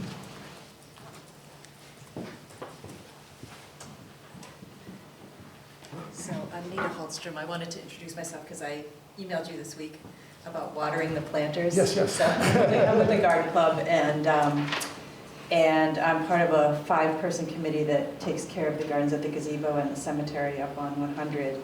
And we don't have any capacity to water any more planters there because there's no water spigot. And it would mean lugging probably 20 gallons at a time. So I've been in contact with Duncan to just kind of say, I don't know how that would happen, so I don't know how we could do planters there. We're looking into that. For example, the Grange, I think, does have a spigot. Yeah. And I've sent out an email to Monica saying, could we use that spigot? Yeah. But myself and Katie, who's online, and others have said, we'd be happy to figure out a schedule. So Yeah. if you guys can't help, we'll see what we can do. Yeah, I think just to be aware that it's a lot of water, and even at getting water from the Grange, how do you get the water across the street? Fortunately, there'll be a crosswalk. Right. What I'm saying is like, buckets, so, because currently we bring water from the cemetery, there's a water spigot up there, and you have to, put like 10 gallons in the back of your car. Yep. And, truck it down and then carry it across the green, which isn't that simple either. So anyway, it's just something to be thinking about and something to coordinate. And in the middle of drought seasons, which seems to happen every year, it's every day, and with, if you really do end up using those little planters, it's gonna be twice a day. Somebody, it's not just twice a week. It's a commitment. Yeah. Thank you. Yeah, you're welcome. I'll give your feedback as you go through the summer. Yeah. Anyone else? Good questions. Thank you, Duncan. Katie. Good to see you, Katie. All right, next, Bill. Whoop. Oh, we need there's a to motion on the floor? move on the motion, sorry. Any other discussion? I guess we can, the motion is to, you want to repeat it? The motion is to approve the proposed demonstration project by Better Connections As presented, okay. as presented. I'll second. It was second. Oh, sorry. It was already Yeah, seconded. I just asked to Yeah. refresh my brain. Any further discussion? All those in favor say aye. Aye. You can hear everybody? Mhm. All right, thank you, Duncan. Thank you all, appreciate it. Thanks, All Bill. right. Great. Thanks, Katie. Thank you, Yeah, Katie. thank you. Thank you all. Oh, she's in. What's next on your list, Bill? Okay, so I will go through some things quickly, and if you want any more information, I will gladly elaborate on these things. I wanted to start with the Woody Avenue Housing Development RFP that is out. So as you know, the Woody Avenue grant we received for a planning study of the property up behind the elementary school for possible housing. That RFP is out now. It's due back at the end of May. We'll have a selection committee, I think, that will involve at least one member of the select board. And so that one is moving along. That one's been in the works for a while, but the RFP is finally out. And Cheryl put that up on our website yesterday or today or one of those. So that one's ready to go. Any questions on that? There'll be a lot of time for public comment. As I said, it's a planning grant, so we'll see where that one goes. What's the time frame of their planning? Just curious, if you don't have it, I can't remember what it was. Yeah, I know. We would be awarding it on 6/2. Yeah, fall of '26. Fall, okay. Yeah, Okay. yeah. So, if you wanted to read that RFP, it's up on the website, as I said. And Neil is kind of spearheading that one from the planning perspective. Yep, and there it is. Thank you. Next up, the Randall Meadow RFP. Oh, wait a minute. Is there a document we need to execute on this one? The grant agreement Yeah. has, I believe, I don't know if we've signed it yet. It sent would only it? require my signature. Okay, Yeah, all right, so you signed it. yeah, Great. All right, thank you. Yeah, there is no match on that. Right, It's all right. $299,000 of their money. So the Randall Meadow RFP, that is ready to go up on the website and be put out. The dates are ready to go. It's not on the website yet. Didn't get to it today. That one we expect back in June, and that would be for the environmental assessment services for the Randall Meadow floodplain work. We will be putting that one up soon. That one would be work we expect to happen later in the summer season, before winter sets in. What's that? Before winter sets in, yeah. And those, Yeah, right. that's for which stage of the project? For the environmental assessment of the Randall Meadow. Yeah, so, just as a note, you probably will see corn being planted down there. The state still owns the property. The farmer's still working under a lease with the state. Is there a conflict with? No, the state told him to work it out with us. His lease says he gets 90 days notice to terminate. I've spoken with him. It's, you know, he's lost a lot of corn over the last couple of years to floods. I told him there's enough time after corn is removed, harvested, that we'd have time to do the environmental work. Yeah. Yeah. I've been digging the desk, they cut it in September. Yes, yeah, so, and he was appreciative of the fact that we would, even though we don't own it. The heads Yeah, up. yeah, because if it does change ownership, his lease terminates immediately. And there's no 90 days in it, so, but he was appreciative that we would work with him and allow him to harvest the corn, so that's a big thing. All right. Any questions for Randall now? Okay. And I will get that RFP on the website tomorrow. I ran out of time today. That's fine. No. Next up, you've got to sign or I would like you to sign the Duxbury Moortown fire contracts. There was money in your budget for these contracts. Duxbury and Moortown both have signed their version. I'll pass these around. We can start with Dawn. There's 2 copies each. If you have any questions, we can touch base on that. I was just curious on the rate increases, 3% and 4%. How does that decided? Just The methodology has changed a little from under Tom, from what Bill had. And Bill can speak more to it if you'd like. No, that's It's just- based on the grand list. yeah, no, I know that part. I was actually about the rate, the Yeah, I think percent Tom increase. went with like a 3%. Yeah, Yes, okay. yeah. That's what I was curious about. Should we formally vote to approve this? Go on top. Yeah. Or is Yeah, I it- would think at some point, Roger, yeah. Yeah, do we want a motion there? Give your motion. Okay, I'll move to approve the Duxbury and Moortown fire contracts. Second. Any further discussion? All those in favor say aye. Aye. And while you're signing, I will just speak on the Moortown front. They're looking into putting some sidewalks from the intersection up towards Gallagher Acres.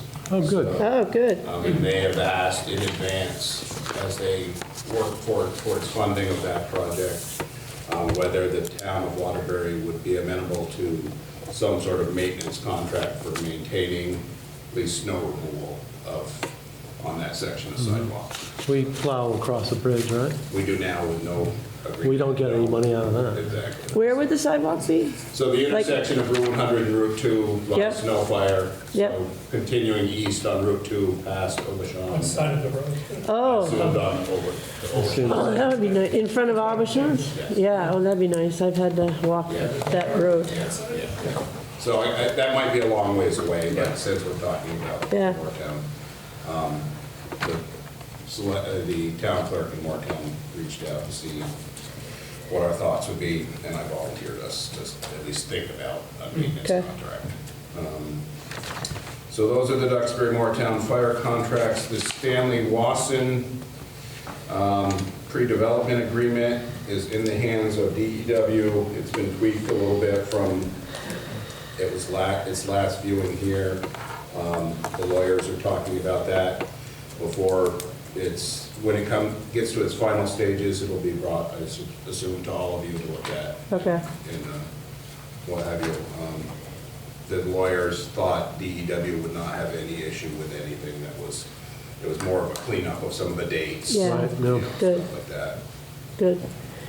Any comments or questions from the board? Nita? Oh, I had a question about the subdivision. Would that be ready to go with the state? On Randall? Yeah. On the Randall Meadow? Yeah. Yeah, it's in their ballpark right now. They've got to figure that out, whether Act 250 has to administratively sign. wait, which project are we talking about? Randall Meadow? Oh, I thought we were doing Stanley Wasson. Well, Stanley Wasson would be contingent on getting this pre-agreement Right. through, right? Yeah, Before yeah, we- that before we pull the option trigger on That's that. different. lapses at the end of the year, but could be extended, yes. Yeah, okay, thanks. Sorry. Just on the Stanley Wasson, I have a question. It sounds like we're really far into the process, but is DEW being paid to do their analysis of the feasibility of the process? This is on them. This is all on them. Yeah, and so my concern with that is, what are the chances that they're going, it's not really an independent study, right? Because it's in their best interest to move forward with something that's gonna be profitable for them. So that's my big concern with this. So, I don't know if you want to do this, I'll do it, or I'll try. DEW has proposed to do a number of studies, and without that data, the town has not made any final decisions. And so my understanding is the first study that they're going to do is a market analysis to see what their interpretation or their findings are for what the housing need is and what type of housing. I think if you go to, is it February 11th or 17th? I can't remember the date, but they made a presentation at the firehouse. I was at that. Okay, yeah, so they explained what they're going to do. Yeah. The understanding I have is that the town is committed to nothing. All right, we have multiple points at which we can say no. Right. And so this is all on them. And so for that reason, until we have some data, I don't think the town should really be making decisions. Right. It's just it just seems like it would be more in the town's best interest to have somebody else do that. I know that costs money, but so the big thing, it always costs money. But I just wonder if has there been another project that DEW has done where they've said, done this work and then said, no, it's not feasible, There'll be all those conversations to come. We just don't have any information. From my perspective, and I'm new to the game here, I've been watching it, but, and so I'm not speaking for the board, I'm speaking as a member of the board. I just feel until we start getting some of this information, specific information, it's all woulda, coulda, shoulda, maybe. And so I don't think that anyone is in a position to really make a decision. Yeah, because I'm not saying that there's a decision right. that's been made. I'm just saying that is this the best way to make a decision? And again, I know that I guess we don't have another option at this point because there's no money to pay somebody else to do an independent study, right?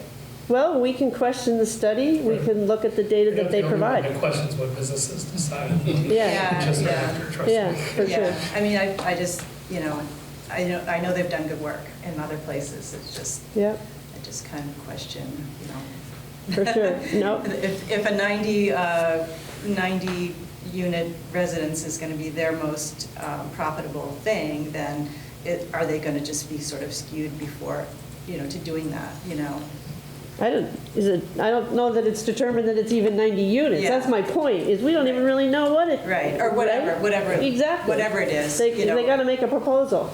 Yeah. Right. That was my concern. There just seemed like it was brought up at the firehouse, the sewage, all the traffic it would create if anything was built there, the flood concerns. There were just a lot of concerns. They have to do all those studies. Yeah. So, Yeah. yep. Okay. Thank you. Yeah. Nothing to really know about. I wanted to back up. I can sit here. We're trying not to have that. Oh, sure. Back to the. Yeah, no, that makes sense. Yeah. I just want to back up to better connections. Oh. So if that's okay. Can we do that for just a moment? Public comment? Okay. And for recreation pathways. So I have been trying to keep up, and it's been hard. I have communicated. I know Roger has seen some communications from me. Duncan has seen some communications to me relative to better connections. And this is more of a system conversation, not a project conversation. In there, I also have seen in the pathways, our town, for the first time I'm familiar with, used comfort with eminent domain. That was in the community path application. I don't know, a grant, excuse me, for V-Trans.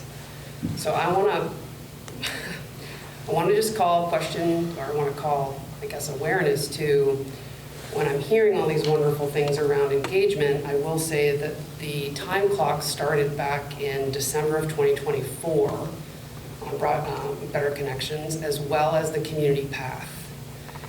Engagement didn't occur until 12 months or to 17 months for the community. So I bring that here because you folks are representing the community, and where that came from came out of private interest groups. And that's why I mentioned it to Roger in the Revitalizing Waterbury arena. That's outside of public view. That's outside of public conversation. And then we get ideas that get presented here. So I'm going to come back to eminent domain. That is of concern to me, and I want to understand this board's position on eminent domain in our town. And that's a question to this board. We're not here to answer the question. You're here to make a comment. So we're not going to address it. Is there an opportunity for the public to understand your position on eminent domain? Put it on the agenda in a future meeting. So to request, I will do Yep. that. Okay, great. And then the last question is around, I think I heard you say today relative to specifically the Better Connections effort, is that you are willing to, once a proposal comes in, vet that and make sure that it makes sense if we were to go forward. I just want to make sure that that's what I'm understanding here. I don't understand the question. So for example, when this particular project, both of them came, there was no cost assessment, there was no implementation, and I see this typically in the municipal space. I don't see it typically outside of the municipal space, which is when you present a project, you present a scope, you present a budget, you present some timelines, and you start to phase that understanding. It seems like here, I was a little sticker shock. I actually thought more was going to be done with $97,000. And I think about that from a state grant base, and I've heard it many times where, well, that's not your municipal rate. Well, I live in the state of Vermont, so there's an implication to us as residents of the state of Vermont when we're using state-based funds. So when I think about that, I think about how projects fiscally responsibly are presented, would be presented with those types of outlines. I'm asking this board, is that something that you expect should I expect that of you going forward or not? I don't understand the question. I'm sorry, Amy. So they wrote a grant application, submitted it to V-Trans. They outlined what their scope of work would be, and V-Trans approved it. That was not in public view until actually today. So a year. Oh, I don't think that's true. For Better Connections? That's been around for a while.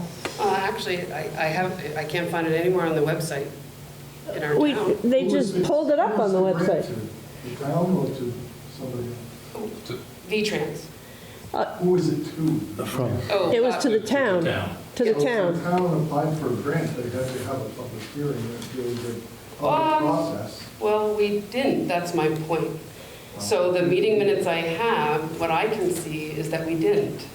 There was one meeting in February that the application, or there was approval here, but in terms of public information, that's exactly what I'm talking about. It's at the select board meeting. I mean, the state isn't going to approve a grant if the town didn't have a meeting that met the criteria for grant. The select board would have had to sign off on it. If it was a good enough meeting or not. Oh, no, I mean, the document didn't exist publicly is my point, not about a good enough meeting, I was here.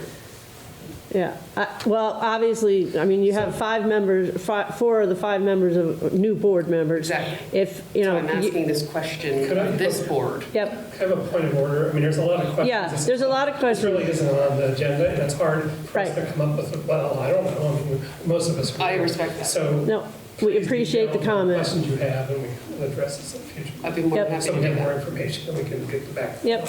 Absolutely. Yep. Thank you. You're welcome. And Amy, I will note that under news and initiatives on the website is a Better Connections page. I And see that that. has been there for, I think since the beginning. But I recently also updated, and it's been there for at least a year. Okay, we're going to move on. Thank you. I will. Do you have more? Oh, I did. Yes, you do. You're a popular man tonight. So next up, we've got a fire truck that's idling and ready to come to our station. but with no money to pay for it. So, Some money, not enough money. so I think, working with Bill, Bill put out an RFP to 5 or so of the local banks as to how you folks might like to pay for this fire truck so that we can find it a home. So, I'll let you go, Bill, if you'd like. Okay, so at town meeting, the voters voted to borrow, was it $414,000? 414 is the total number. 414.4. For the fire truck. So the voters approved that borrowing at town meeting. And I think the truck must have been ordered prior with the understanding that if the voters didn't approve the expenditure, that they could sell it to somebody else. So Gary might want to help. So this, among a list of other trucks that we've purchased, is a demo truck. That's how we've been purchasing them, save a lot of money. That's, Yep. so the truck he had already ordered, it was already in line last year when we took delivery of the previous tank truck. And so There's one that's labeled 2025 and then one that's labeled 2026. Yep, the 26 one is what we're talking about. is the one we're talking about. Okay. So that, every dealer gets slots at the manufacturer. So he has been filling slots with trucks that in Vermont, people might want. So when we took delivery of the one in 2025, he asked if we wanted one very similar, knowing that it was going to be on the list. And I said, I want one exactly like what we have. We don't want to have two different types of trucks. That's the one that was already in his slot in Florida. So that arrived 1st of January. 25 truck, 26 truck, okay. So that has been here. Oh, God.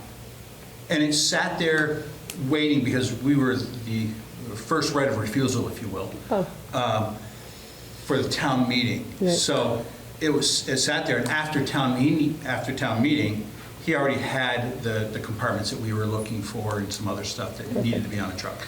So it was ready literally March 4th. Well, very soon after, because he didn't want to invest a lot of money in the off chance. So within a couple weeks, it was ready. And he waited until the 30 days to have it lettered because there was no appeal.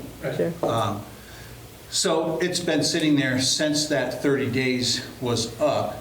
And he's ready to get it off his lot and ready to get a check. Get some money.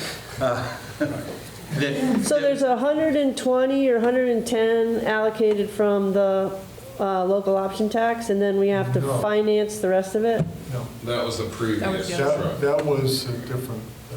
Well, there's the budget. I sent you that screen clip, the 2025. It was in the local option tax information. Yeah, that was a different. I think that was to pay the debt service on the previous truck. Yep. Anyway, it's not the case, so tell me what the case is then. I don't know. No, you're good. He doesn't want the money. Do you have the minutes of the meeting? Did you send that? I assume you sent that. I think I sent that with it. I believe this truck is not the one that we're talking about that was to pay off. The local option tax was to pay off the highway vehicle, which we just did. That was in last week's orders or this week's orders, I'm not sure which. But that, as I understand it, was using the local option tax to pay off the highway truck. There was money in the budget this year to pay the normal installments, and the approval was to pay that off. Pay the DPW truck. Right. So this fire truck, the way I read the minutes of in the meeting was that this fire truck was authorized for borrowing for this vehicle, the whole $414,800. I don't get into the finances. Yeah, you don't want to. No. The 2026 local option tax spending plan includes a fire tanker truck and then 2026 proposed budget is 110. Total cost 415. Finance over 4 years using lot. We may need some resources for the vehicle. Sorry, I have terrible eyesight. And it goes on, but it's in. Sure. Oops, sorry, Gary. No, you're, she didn't hit me, so. Okay. No foul. Yeah, you need a magnifying glass. You see it? No. Right about there. Is that it? Yeah. Yeah. Okay. Yeah. And the worksheet that was in the January Selectboard minutes doing public safety local option tax budgets, thank you, has a portion going to a 2025 truck and a portion going to a 2026 truck. Is that? That's what Tom had talked to me about. That's what it looked like, right. But I don't know what happened after that. Smart. I know my side.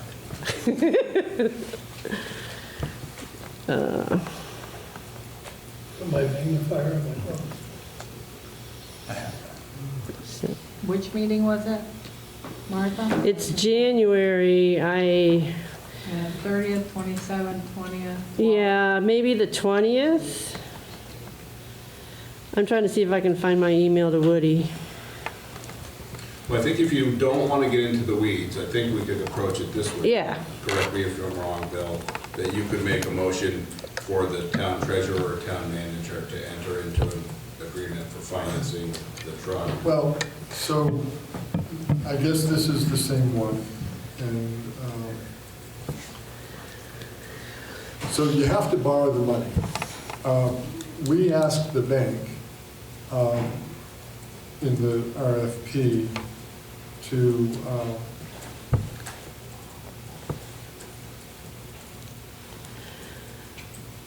so the motion that was approved at town meeting was, shall notes of the town of Waterbury in the amount not to exceed $414,000, subject to reduction of receipt of available state and federal funds, be issued for the purchase of acquiring a replacement fire truck. I don't know why we needed the word replacement. The estimated cost of such improvements being $407 with debt service, with the debt service by $110,000 in local option tax revenue in 2026. So the voters didn't say anything about 4 years. Tom's Right. table over on page 23 talked about 4 years. So we asked the bank for to give us a bid on notes either of 5 years or of 10 years. Oh. And we sent that proposal to the Community National Bank, the M&T Bank, the Union Bank, the Northfield Savings Bank, and there was one other bank.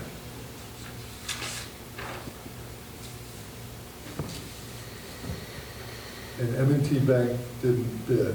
Yes, Northfield Union, M&T, Community National Bank, and Community Bank, NA. Okay. So Community Bank, all 4 of them, all 5 submitted bids except M&T, right? Correct. Okay. So we can choose, all the banks made a proposal on a 5 and 10-year proposal. Now, Tom had a very different philosophy than I had on these trucks, and it's not a matter of right or wrong, it's just different. What I would suggest, if I was going to recommend that you take the proposal for 10 years from the Northfield Savings Bank. They've offered 4.6% for 5 years, and they've offered 5% for 10 years. There's no prepayment penalty, so you can decide at any time to shorten that using local option tax money or what have you. The reason I would recommend a 10-year note as opposed to a 5-year note, and if I had been manager here, I would have recommended that we actually have a bond vote, and this truck is going to last 20 years probably, right? Long after I'm gone. We, typically, the trucks are on a 20-year rotation. Yeah, 20, and these are beyond that, but yeah, typically it's a 20-year. 20-year cycle.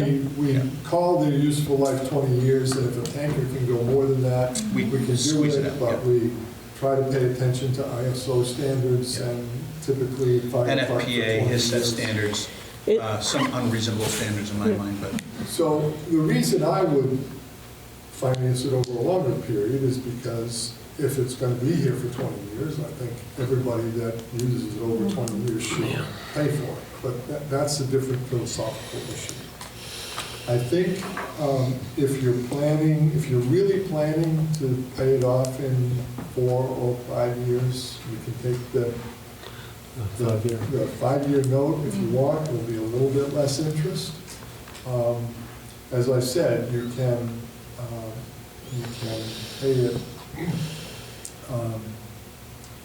You can take the 10-year note and you can pay that earlier if you want. The benefit of the 10-year note is that what you have to pay is a lower amount in any given year. And if you have more money, you can decide to throw a little extra money at it. But typically, the way the Northfield Bank's proposal is, I think it's a standard. We take it on an annual basis, $400,000. Let's just make it simple. You pay principal and interest on that in the first year, and then the second year, because the principal is lower, the interest payment is going to be lower. So you see a declining payment over a 5 or 10 years. Is the interest rate they're proposing fixed, or does it have an escalator? Northfield's is fixed. So my understanding is that the town approved, here's the minutes here's the page that I was looking for that illustrates the 2025 and the 2026 trucks paid out of the local option tax. And so are we financing 415 or are we financing 415 minus the first year's local option tax allocation if that's been approved? I think what Tom's proposal was that you would finance the 415, you'd borrow 414, 400, whatever.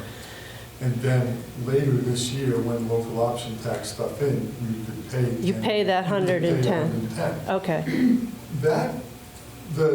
What the voters approved is the minutes, is the motion that was made on Article, whatever. 14. I just read. Article 14. So if you can look up online the minutes of the meeting, and that's what the voters approved. Okay. Is when somebody made a motion on Article 14, that's what was approved, that's what's legally binding. The charts and graphs in the town report are for information purposes. And I'm not saying that, we shouldn't, later in the year, maybe we want to pay $110,000 down on it. But for right now, you've got to borrow the money. Well, that's what I'm confused about. It says, with the debt service by $110,000 in the local option tax revenues in 2026. Right. So what I believe that he talked about here is borrowing the 400, right. The 400,000 Got it. plus. We get that loan, we pay for the truck, And then later in the year, when we have Perfect. collected some more local option tax money, we could pay 110. The way that Northfield has proposed this, there's no prepayment. No prepayment You can penalty. pay 110 Right. anytime you want. I mean, Right. so I think you can have that discussion about what and how much and when you're going to make a payment. And you can do that later in the year. Again, I think there's, anyway. So the decision tonight is your recommendation, I just want to, we got to kind of move along here. So the decision is based upon, you have all the responses back from the banks? Yeah. And you've just, well, we haven't seen any of them, so it's a little hard for us to know. So But that's your the- recommendation. That's the most advantageous one, right? What? The NSB is the most advantageous. Well, that's what I was going to say. Your recommendation is the NSB Bank at 10 years at 4% for the 5%. I thought I heard 4%. 4.6% for 5 years. 5% for 10 years. Oh, I see, okay. So, say it one more time, Bill. Sorry. So Northfield Savings Bank, I believe, and Bill concurs, was the best proposal of the four. They offered 5 years at 4.6% or 5 years, or 10 years at 5%. Oh, 10 years at 5%. Right. And your recommendation is 10 years. Would have been 10 years Okay. at 5%, because my recommendation would have been to pay it off over a longer Right. period of time. If the board already knows you're going to pay it off Yeah, okay. within 5 years. Does the board have any other questions for Bill? Does the board have a preference? What's your preference, Evan? I think it was pitched to the voters with the understanding that it would be paid off in 4 years with local option tax, and I'm inclined to stick with that. Well, we It's- have to it's only- finance. Yeah, it's only The question binding. tonight No, I is to understand that. finance. Yeah. It's whole only amount. binding to use local option tax this year, but I think the intention was to do it for the next 3 years as well. So I technically, favor the though, one that would be have us paying less in the next 4 years, assuming. well, we pay it off. you could have a loan for 10 years, and as Bill is saying, we can prepay it ahead of time. So understanding that the voters may have been under the impression that it would be paid off in 4 years, you can still Yeah. secure the loan for 10 and prepay it without penalty. But it would be lower interest if we go with the 5. Lower interest rate, yeah? What, Roger? Why would we take out a 10-year loan at 5% if we're intending to 5 years. pay it off in 4 or 5 years? Yeah. If this board fully intends to pay it off within 4 or 5 years, then I would take the 5-year loan. What's your preference? So I actually have a comment. I mean, I agree with Bill. I realize we have the local option tax, but say we had some kind of major issue between now and then, and we needed that money for some other reason, and we're also forcing the voters in the next 5 years to pay for a truck that's going to last 20, rather than breaking it up. If we pay it off in 5, then we've lost 0.4% of interest in whatever years it is. I would rather take that and consider the fact that this truck's going to be good for 20 years, and all the voters after are going to get it basically for free, except for depreciation, which is another thing. But so why should the current voters who already, if we need money, it will be there and available. If we don't, like this year, if we don't need it and we can pay the 110, to me, that was more of a up to rather than this is what we're going to pay. But that's just. I'm going to throw one more curveball at you. So the other thing Bill asked me to do was, when we first talked about this, and I didn't remember that we even had done this, but Bill talked to me about it at the beginning of last week or the end of the week before last, I guess it was. And he said, well, can we borrow it from the tax stabilization fund, which we have done many times in the past. We've borrowed from ourselves. That's a consideration. I'm recommending that we borrow from the bank right now because at present, today, we have, I don't know if I have the sheet right here. We have $1.4 million in the bank right now. But if we borrowed from ourselves, now we have $1 million in the bank because, well, that $1.4 million is everything that we have in the bank. The tax stabilization fund already right now is owed $350,000, almost $351,000 from other funds. We've already borrowed from ourselves in the past. And I don't think there's capacity right today in the tax stabilization fund to feel comfortable about borrowing from ourselves. We need to bring the money in from the outside. The select board has the authority at any time, once you have a note in place, there's a procedure that the select board on its own motion can it's called refund a note. And you can refund a note and actually turn it into a bond without having a bond note. And we did that when we bought the last 2 pumper trucks, when we had a town meeting, a special town meeting in this room in October or November or September or something of 1 year.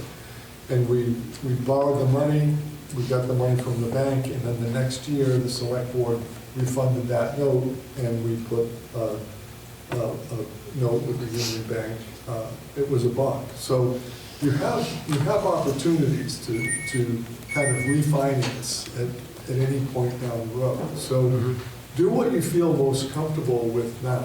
And if you feel like the voters said 5 years, we can do that, we can talk about later. I agree with Sandy. I don't think that there was an actual, we have to put $110,000 towards it from the local option tax this year, but you certainly can. So you have flexibility. I'm curious to know what the other bids were. Sure. So Northfield Savings Bank has mentioned 4.6% for the 5-year term, 5% for the 10-year term, no prepayment penalty, no fees. We have a lot of money at the Northfield Savings Bank. The Community Bank, 5-year term, 4.85%. We would need to open and maintain a deposit account with the community bank in the amount of $100,000 for the duration of the loan. 10-year rate of 4.95%. Again, we would have to open and maintain a deposit account with $100,000 in it. Union Bank, 5-year term, no prepayment penalty, 4.75 fixed, same as the other fixed rates. 10-year term, 10-year term, option 2, 10-year term is a 4.89% fixed. That's with the Union Bank. Community National Bank, several options. 5-year term at 5.1%. 10-year term at 5.63%. 5-year term with 4.6%, but again, we would need to maintain a deposit account with the Community National Bank. Okay. 10-year term at fixed at 5.13%, option 4. So I thought the one you read there is not a, so that for a 10-year term has a lower rate than Northfield, but that doesn't require a deposit? That's the Union Bank, and an interesting thing. Because if it doesn't. 4.89 is at the Union without an If they don't account. require a deposit, I must have missed that.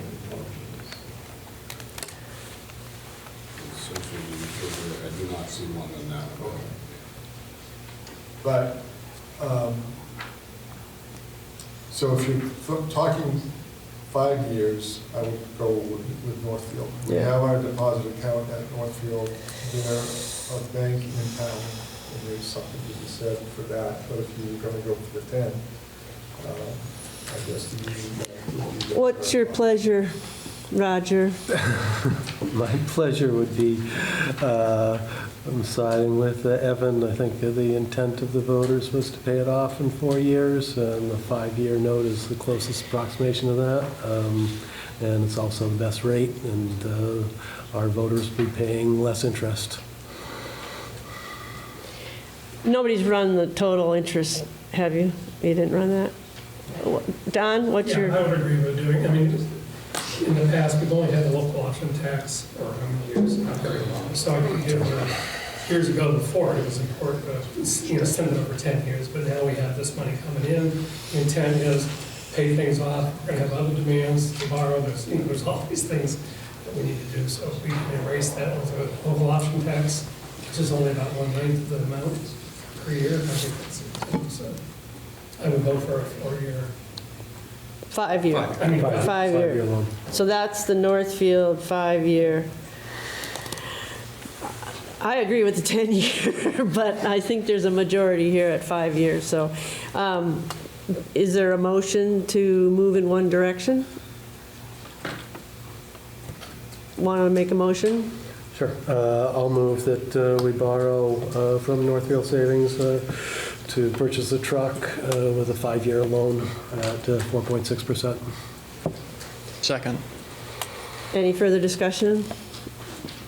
You'll put the amount in, sure, 414, whatever. 414. What? 414.4. Because there was confusion about The total invoice that Tom had was 414,707. If you want to, we can find $700. 407 according to town meeting day minutes. Yeah. Okay. There's a question? I was just thinking that, I thought the local option tax policy, that it's up to the voters every year. So how can you commit local option tax money next year? No, it's not. It was proposed, but the only thing that was approved was the article for 2016. I was just thinking that since you went to 5 years, you were assuming that it would get paid off early because of local option tax, which you can't determine. Right. Right. The voters may not say that. So I'm just saying 10 years, but I'm not Right. at the table. Right. All right. In the We're gonna. motion, didn't it say in the Article 14, 110,000? Yes, it says 110,000 from the local option tax. So the motion that was made authorized borrowing 414,000 whatever, and then it also authorized paying $110,000 in 2026 to buy that down. And then after that, if we do that, at the end of this year, there'll be 414 minus 110 as the principal. Right. And we can decide right. through the budget. Right, that's for next year's budget. Right. Finance Right. the next years. Any further discussion? All those in favor say aye. Aye. All those opposed? No. No. It's 3-2. You got your financing going. Do Bills, do you have an idea when that will happen, so I can let the vendor know when he The can? check's ready, isn't it? The check is ready. Yes. We can give you the check. Perfect. Is that fast enough? Well, I gotta have coffee first. We have money in the bank. All right, we're gonna move along here, guys. We'll get the money. What else have you got, Bill? Woody? Anything That else? was, I believe, yeah, that was it. Yeah. Okay, we're gonna move to the select board minutes, meeting matters. Adam? Adam's not here. Is it Adam? I think it's Adam. For water? For water. You here for water? Oh, Alex, I'm sorry. Come on up. Yeah. All right. I appreciate you guys coming in. You We're trying to our first back, so. special events permit. And we started a new process. You guys were the guinea pigs. And we've run it through the planning department, and they graciously took time. And I guess you talked to the fire department, which we appreciate that. Yeah, you talked to one of my assistant chiefs. Okay. All right. Is there any questions from the board on this application? Can I just tell this while you're talking? Sure. I get it back though, right? Yes. Okay. It's my Bible. I just have a statement, actually more than a question. Sure. I understand that the alcohol permit was put in at the last minute. It was on the consent agenda. Right, but it was kind of pushed through, and because it should have been asked for a little bit sooner. I think it was kind of pushed through at the last minute from what I was told. I had it, it wasn't like one of the last things. It wasn't one of those last 2 or 3. It was before that. I was watching for it, to be honest. I just wanted to mention, because I just wanted to mention. They want you guys to make sure Mark files for the alcohol permit sooner, please, in the future. Pass that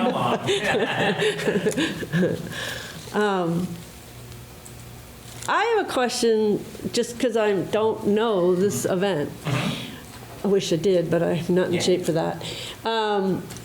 So it leaves from Pilgrim Park, and then all of it goes out on the main roads, dirt roads? Dirt roads. We avoid 100. Okay. Usually the way it goes is we have a police escort from 5 Pilgrim Park out kind of through town. Yeah. We always have it go up Perry Hill first, as that tends to string everybody out, so we don't have large groups riding together. Strategic. And then it usually goes out and moseys around in the dirt and dirt and back roads. Gravel. The center, still hollow, comes back down into Waterbury Center, up Loomis, down Shaw Mansion, Nealon Flats, over to Community Path, and then back to. And that's all signed? Yes. That's what I remember. So we sign it. We usually put volunteers out at key intersections. We have some aid stations around so people have water, snacks, things like that.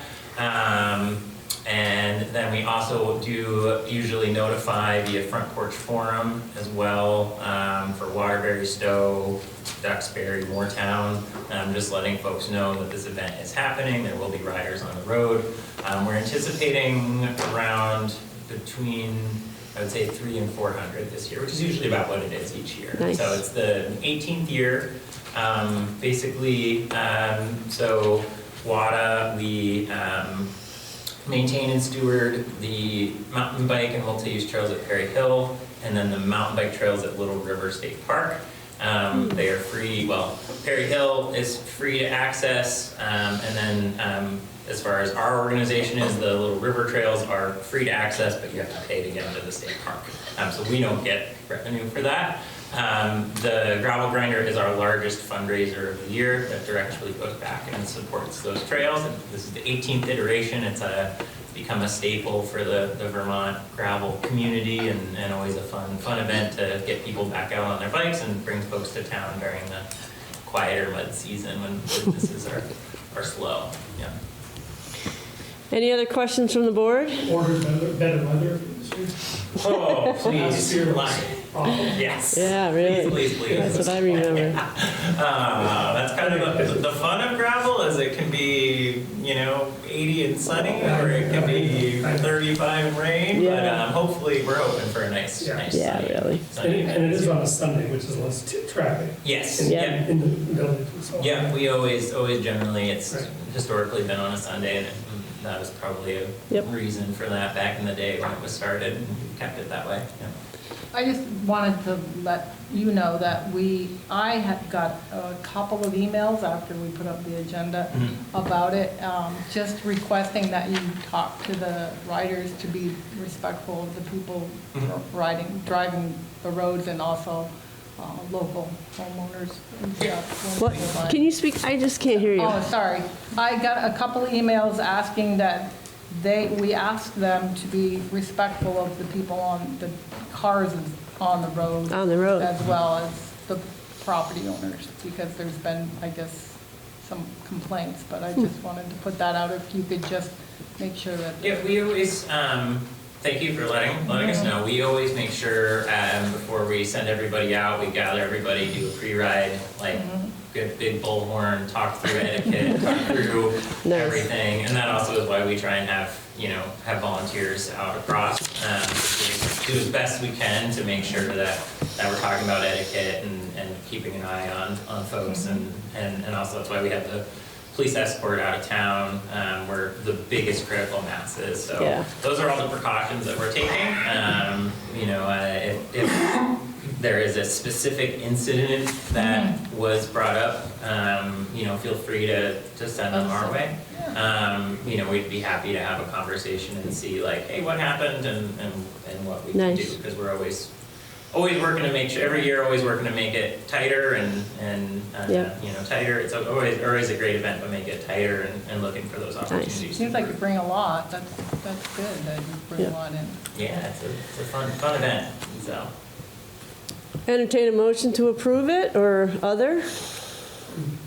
Make a motion to approve the special permit application for the water gravel burn event. Can I get a second? Second. Any further discussion? All those in favor say aye. Aye. Thanks, Thank everybody. you. Appreciate Thanks for it. coming in. Yeah. Appreciate thank you for it. your public service. Appreciate you all. Thank you. All right, next item is the environmental court appeal for 891 Waterbury Stove Road waiver of multiple uses. And our task is to make a motion to approve. I send that motion around. Yeah. You have If I it? can You want to find make it? Sure. For the legal services. I move to have Stitzel, Page, and Fletcher make an appearance as a representative in environmental court to defend the town from an appeal of the DRB decision involving 891 Waterbury Stowe Road in Waterbury, Vermont. I'll second it. Any further discussion? All those in favor, say aye. Aye. All right. Next item is, we received the planning commission and the select board, or planning commission chair and the select board chair received a packet from MKS, I think it is, law firm, notifying the town of Verizon's PUC application for a de minimis change on the cell tower at 2020 Greg Hill Road. They are putting on 4 antennas and necessary equipment at approximately 15 feet. I sent you the case number so you could look it up. I would say it's the Public Utility Commission's requirement for cell towers to notify the towns. There's no action that we are required to take. I'm really mostly informing you. If you would like to do something different, let me know. Any questions? Okay, we don't need a motion or anything. I think we can move on. Municipal manager position search status.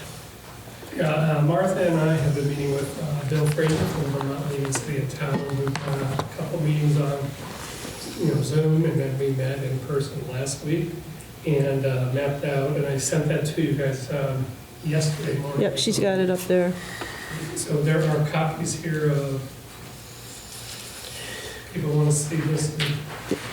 She's got it up This is on an the outline of the search process, dates, et cetera.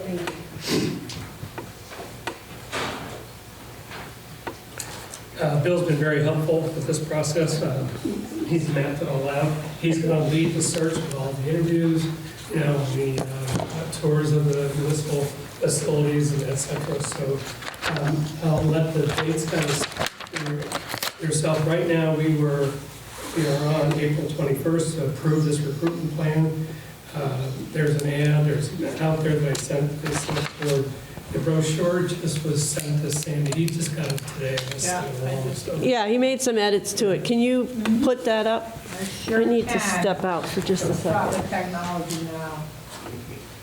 So this is kind of a promotional ad, that's going to go out to people who apply.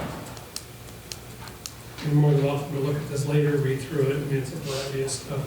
Bill Fraser did ask the current select board for their feedback on a variety of questions about what's going on with Waterbury, what are the strengths of Waterbury, what are the weaknesses, all kinds of, must have been 12 questions with a lot of sub-questions. He took that information. It's a hard task. I know, it was, I gave that feedback, it was a lot. Very hard task.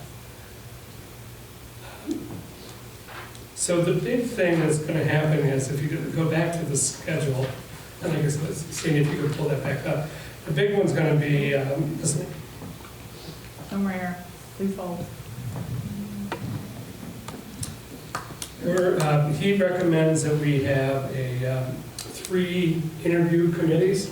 One would be department heads, employees, et cetera, from the town, represented throughout, the employees and department heads. That would be one group that would probably meet in the afternoon during the week of June. I'm down, I'm up too far, sorry. Yeah, June 15th. It's right there, the big paragraph, right? That would be one. He also recommends having a citizen group, community members. It would be 7 members, and he would facilitate all the interviews. He recommends, he did this in Northfield, working with people in the community if they have the time from 4 to 6 to do 3 interviews, like 3 nights that week, if they have that time and are interested, to send a letter in. The letters will be collected in the town office. Then at some point, we then, I don't know if it's a select board meeting, we pull out 7 letters at random, and that way people are, coming to a certain select board member, they feel got selected by the people they know, et cetera. It's just a complete random group of people that get selected out of the numbers and apply. And it worked real well in Northfield, so he's recommending that. So that has to get out. It's a process. I'm going to lead that up, get that out to the community. Then the last interviews will be the select board that week of the 15th, which will be in the evening, after dinner, and we'll then meet with them. So each candidate will do 3 interviews and a tour earlier.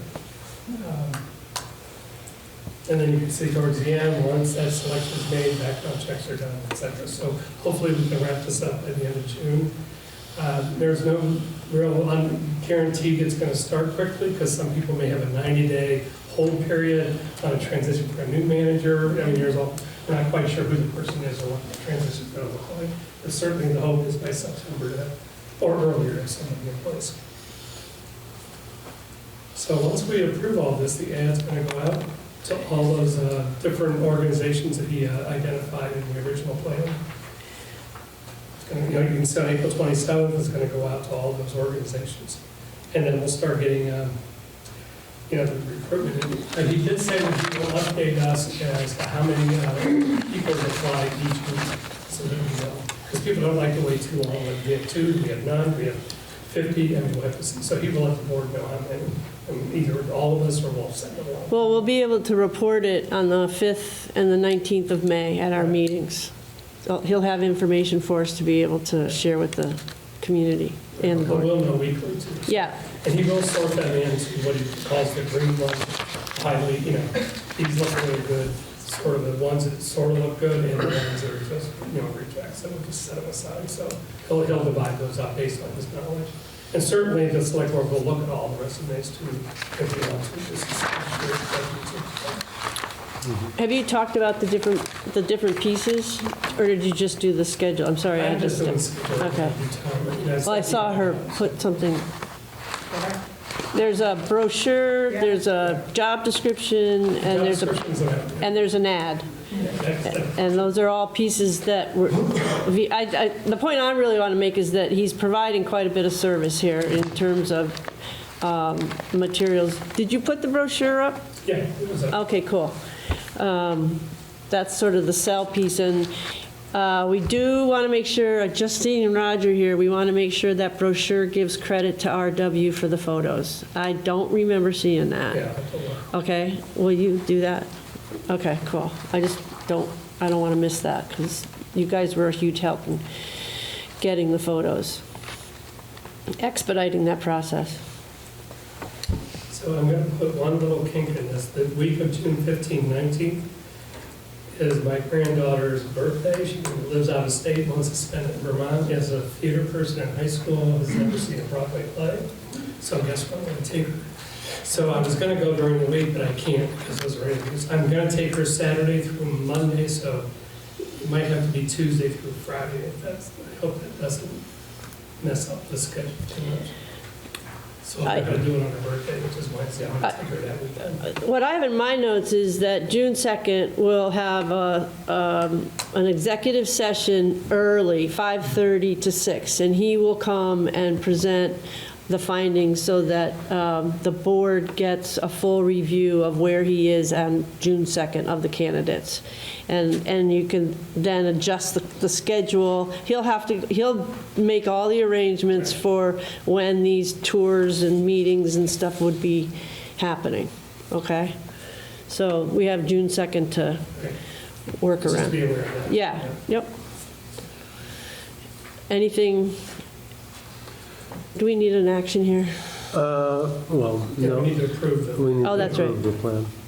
Yeah, I guess my only concern would be, I would guess that he's got enough experience to assume that we're going to find 3 qualified candidates by June 2nd, but sometimes that doesn't Yep. happen. So on June 2nd, if we feel like we need to extend the process, we Yep. have the Exactly. option to do that. Yep. But otherwise, I'll move to approve the recruitment plan. I'll second it. Any further discussion? All those in favor say aye. Aye. All right. Sandy, town clerk position status, town treasurer position status. Yeah, I created some job descriptions based on what I was told as far as making sure that we covered all of the statutes that we needed and all of that.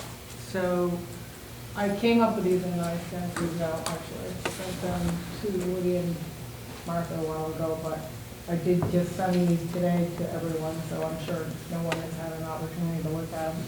It did not, and I don't know if we need to run this by either the LCT or someone to make sure that there's not something that's missing, but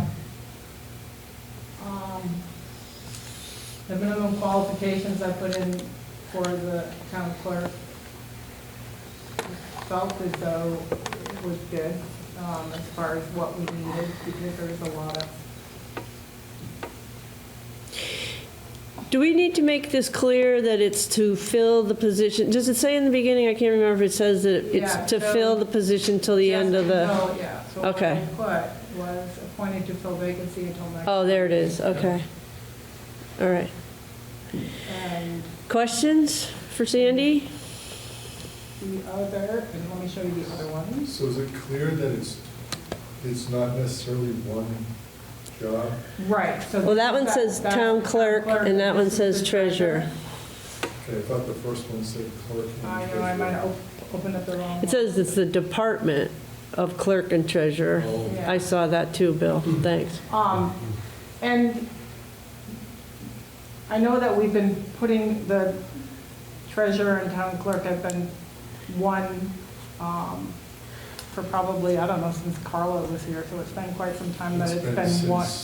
Before It's her. been since Evelyn Parker. Oh, was it that long? And Fanny. Okay, let's keep going. It doesn't matter. I just wanted to say that the treasurer position should be separate from the town clerk's, because the town clerk takes in the, the receipts and all that, and you really have to have a separate position that reconciles stuff Yep. from, so it's really kind of, either that or have someone outside reconcile the checkbooks. It's just, the standard to cover checks and balances. Checks and So balances. that's just one thing that I Yep. do want to clarify, that even if you decide to put the positions as one, you really should have someone, and my mom used to do it.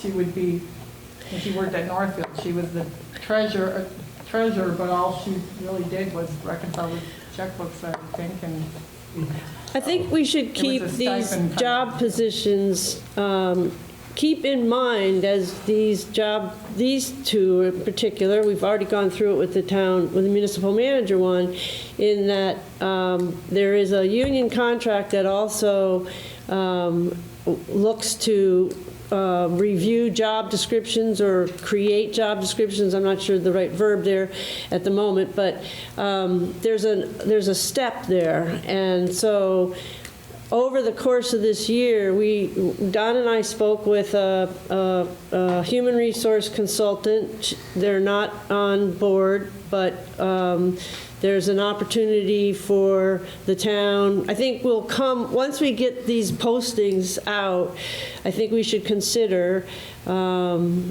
potentially engaging their services, and we'll have to make a presentation to the board. We have to talk to the union.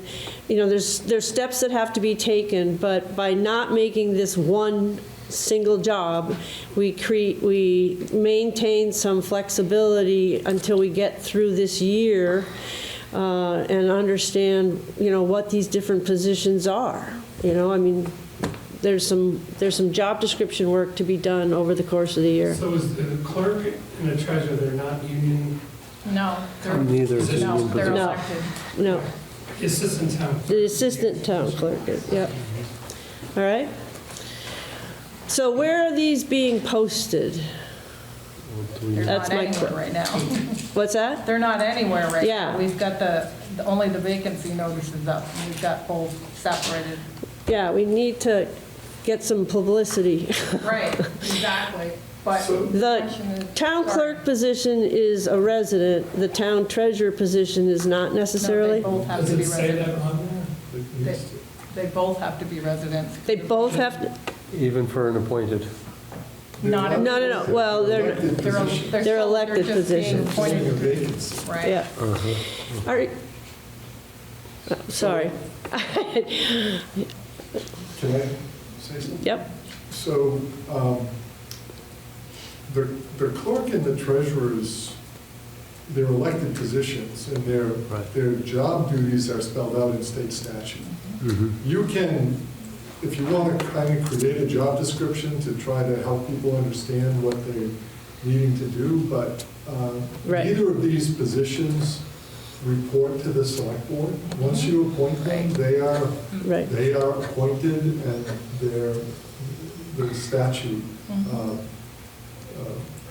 is what they have to follow. And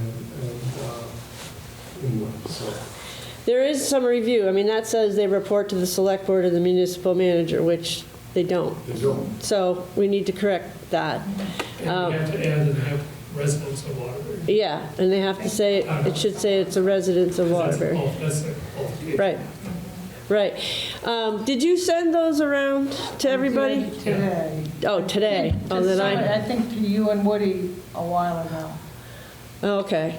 like right after, and I said, I'm done. All right. So those are the same, well, I'll find the documents you sent today, but you can't expect me to look at it today. Yeah. So I would say, look at the job descriptions, get your comments back to Sandy. I agree with Bill's statement here that, you know, they are in statute, and I would, you know, you've referred to the statutes pretty heavily, at least on that one, so there's not too much more to go beyond that. I don't think you should be afraid to appoint, if somebody's interested in both. I mean, we had internal controls here, so reconciliation of the checkbook, the treasurer did that, she didn't sign any checks.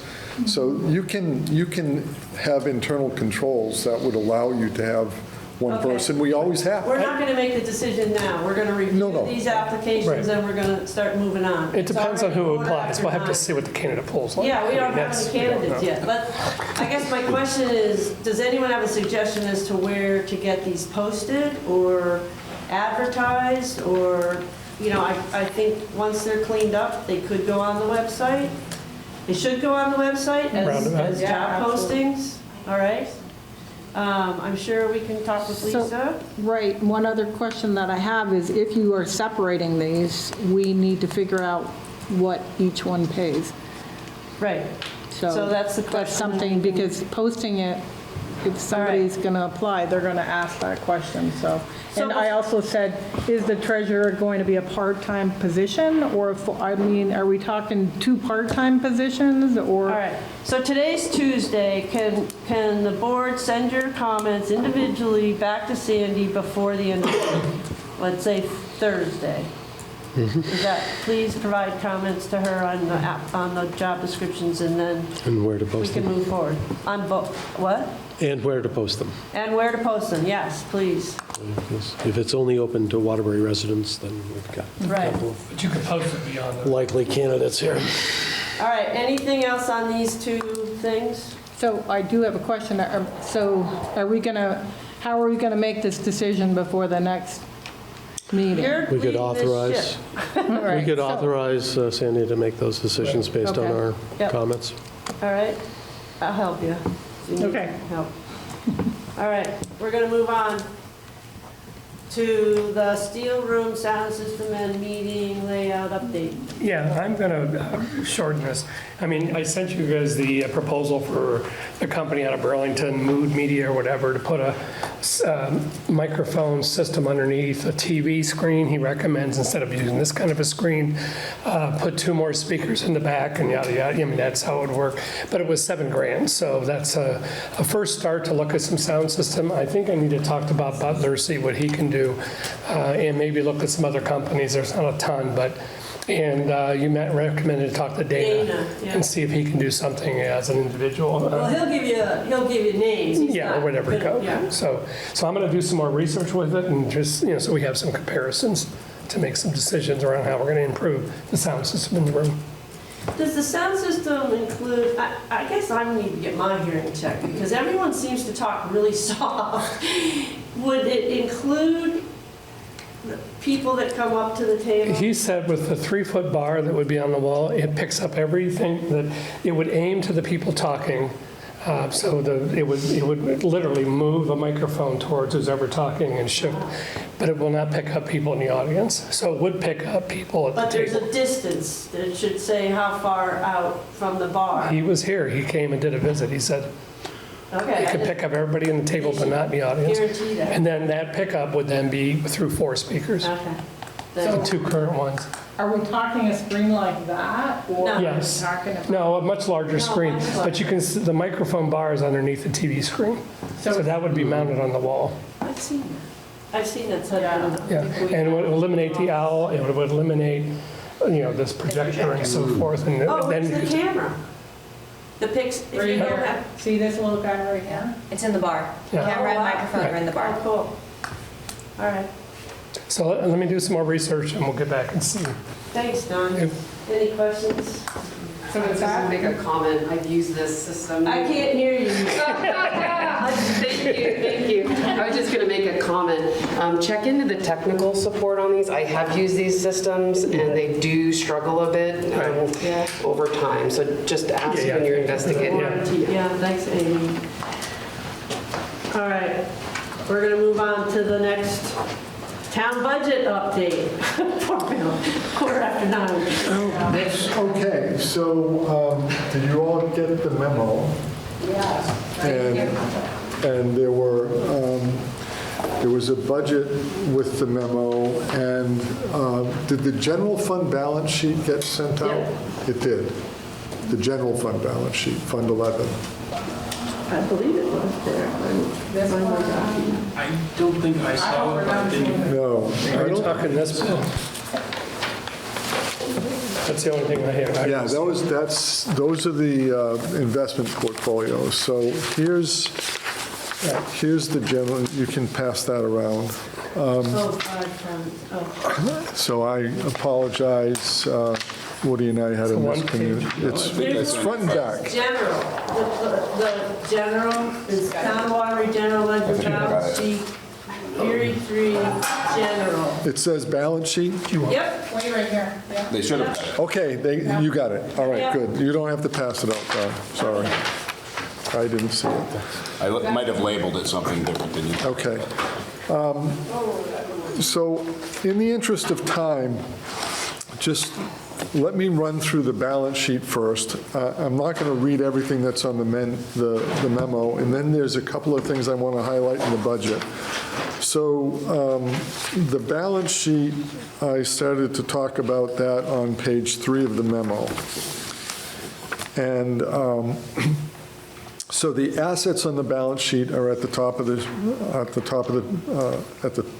the balance sheet. It says assets.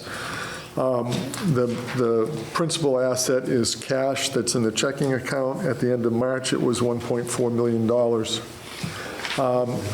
I want to call your attention to the due to from line, which is several lines down.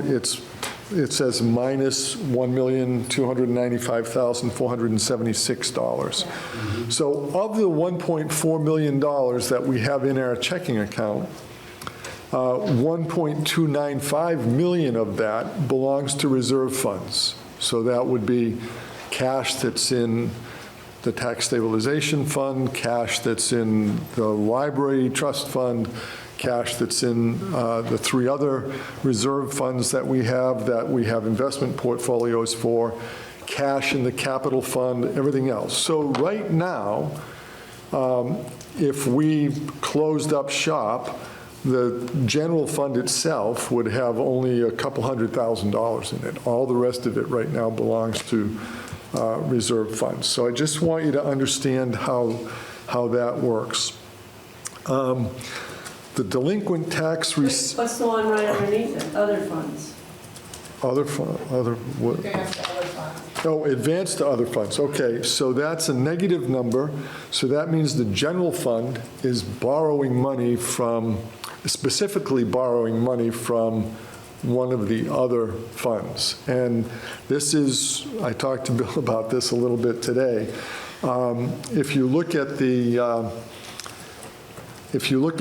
balance sheet for Fund 48,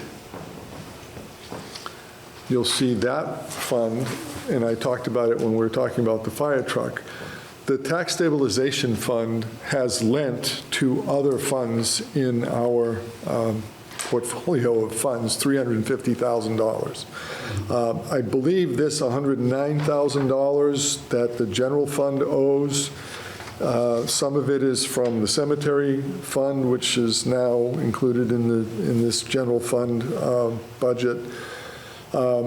So there's some things that need to be sorted out, but the general fund right now owes other funds for borrowing that has been borrowed for long-term borrowing.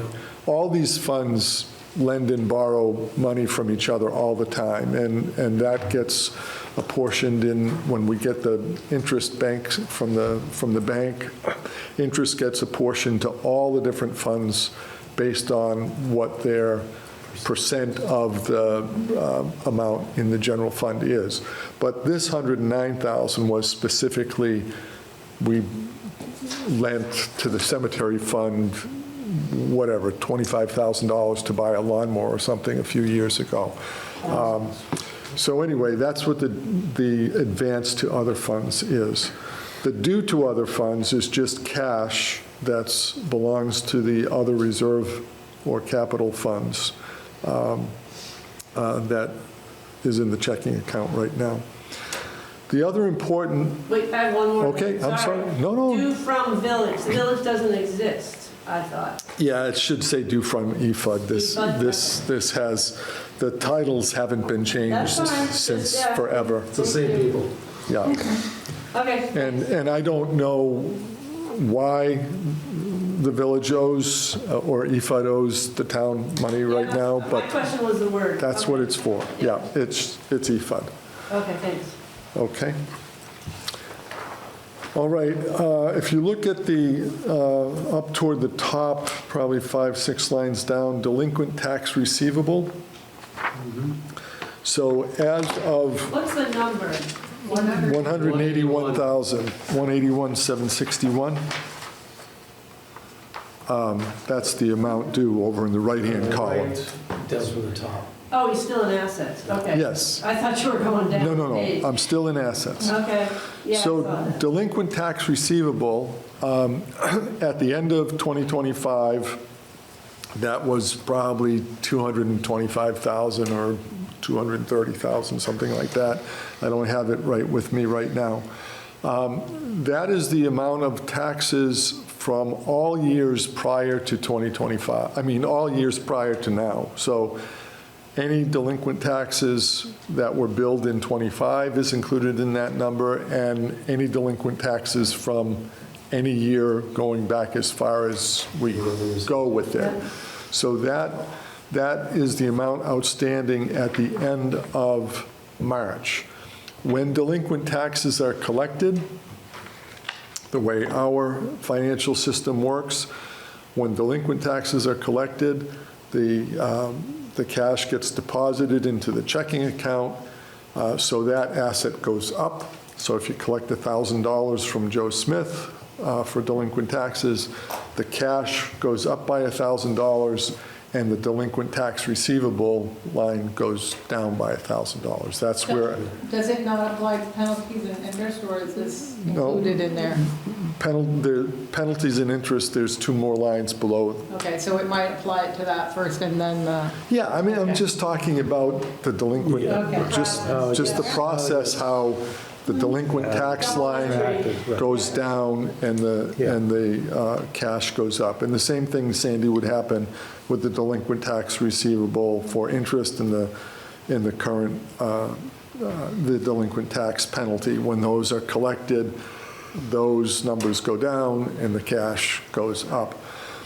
But what you need to know is that in the liability, if you switch over to the other side of the page, page 2, you'll see there's a line called deferred revenue, and it's right at the top. It's $265,000.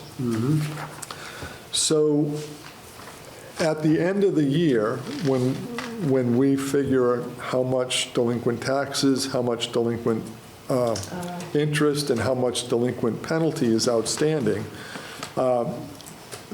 while those are all assets, the generally accepted accounting principles only lets you include as a liquid asset what you're going to collect in the first 60 days of your next fiscal year. So at the beginning of February, because we were sending information to the auditors to try to close out the 2025 year, I did a calculation and said, okay, this is the amount that's outstanding. I think by the end of February, we'll collect a little bit more, and we put that $265,000 on as a liability to basically discount the value of the delinquent taxes and penalty and interest outstanding. We actually collected a little bit more than I thought by the end of February, so the auditors will, when they come, they'll adjust that number down. But I just wanted you to know how that works. Another question. Yep, go ahead, no, it's fine. I see one for the Duxbury fire. Where's the Moortown fire? Okay, the reason why there's a deferred revenue for the Duxbury fire is because the Duxbury fire contract is a much more elaborate contract than the Moortown one is. And the Duxbury fire contract actually is from April 1st until March 31st. So what they basically tell you to do is, if, let's just say it was, the contract was $120,000, right? So that's $10,000 a month. So they would make you, even though we collected that whole $120,000 in this particular year, you still have the liability to provide fire services until March.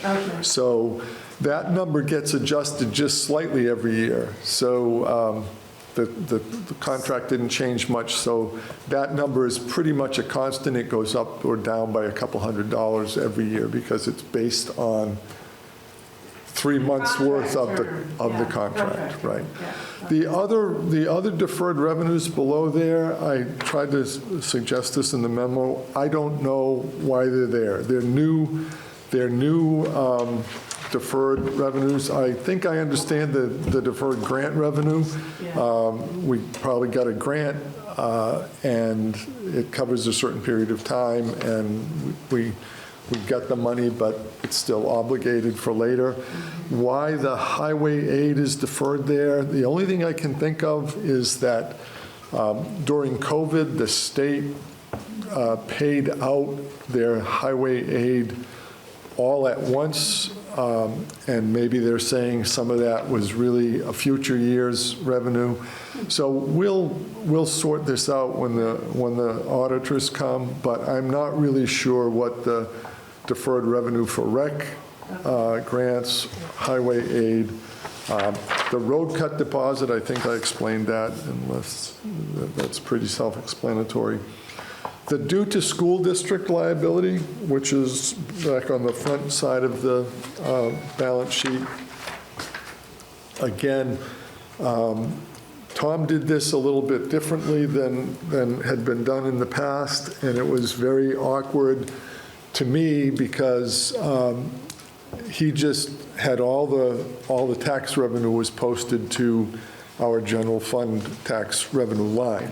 So we would have a budget for $4 million of tax revenue, and if you looked at that budget line in July or August, it would be like $15 million. And why do we have $15 million of tax revenue when we only have $4 million of tax revenue budgeted? And what happens with accrual accounting, when you bill the taxes, the revenue posts.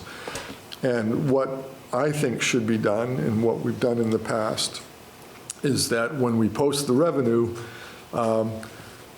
we would post the taxes that the town is collecting for the school.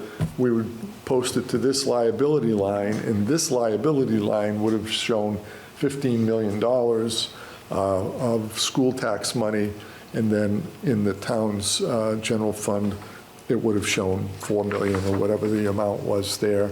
And then when it came time to pay the school, we would expense this liability line, and that just reduces right now.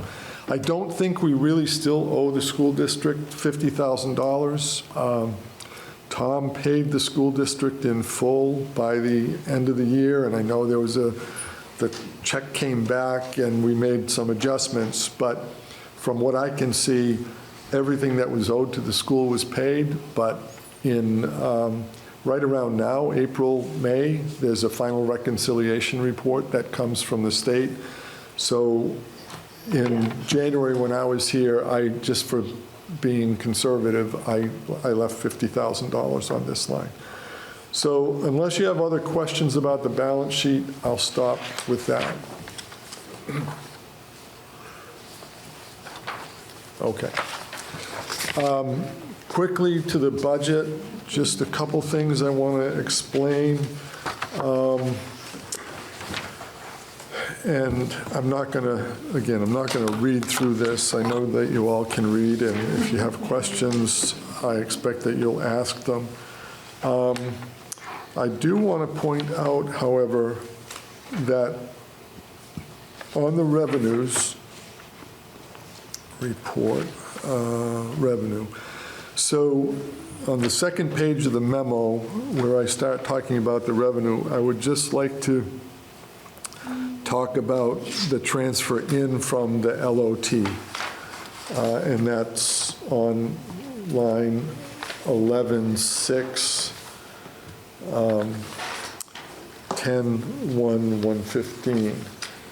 So the transfer in from the LOT, the $185,045 that shows on the line in the budget report, that was the amount of money that Tom included in the budget that was approved in whatever Article 13 or whatever the budget was.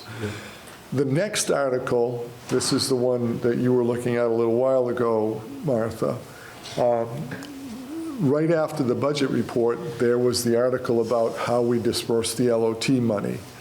And if you look at that article, there's a bunch of money from the LOT that's going to go in and pay debt for, last year's fire truck, for a highway vehicle and everything else.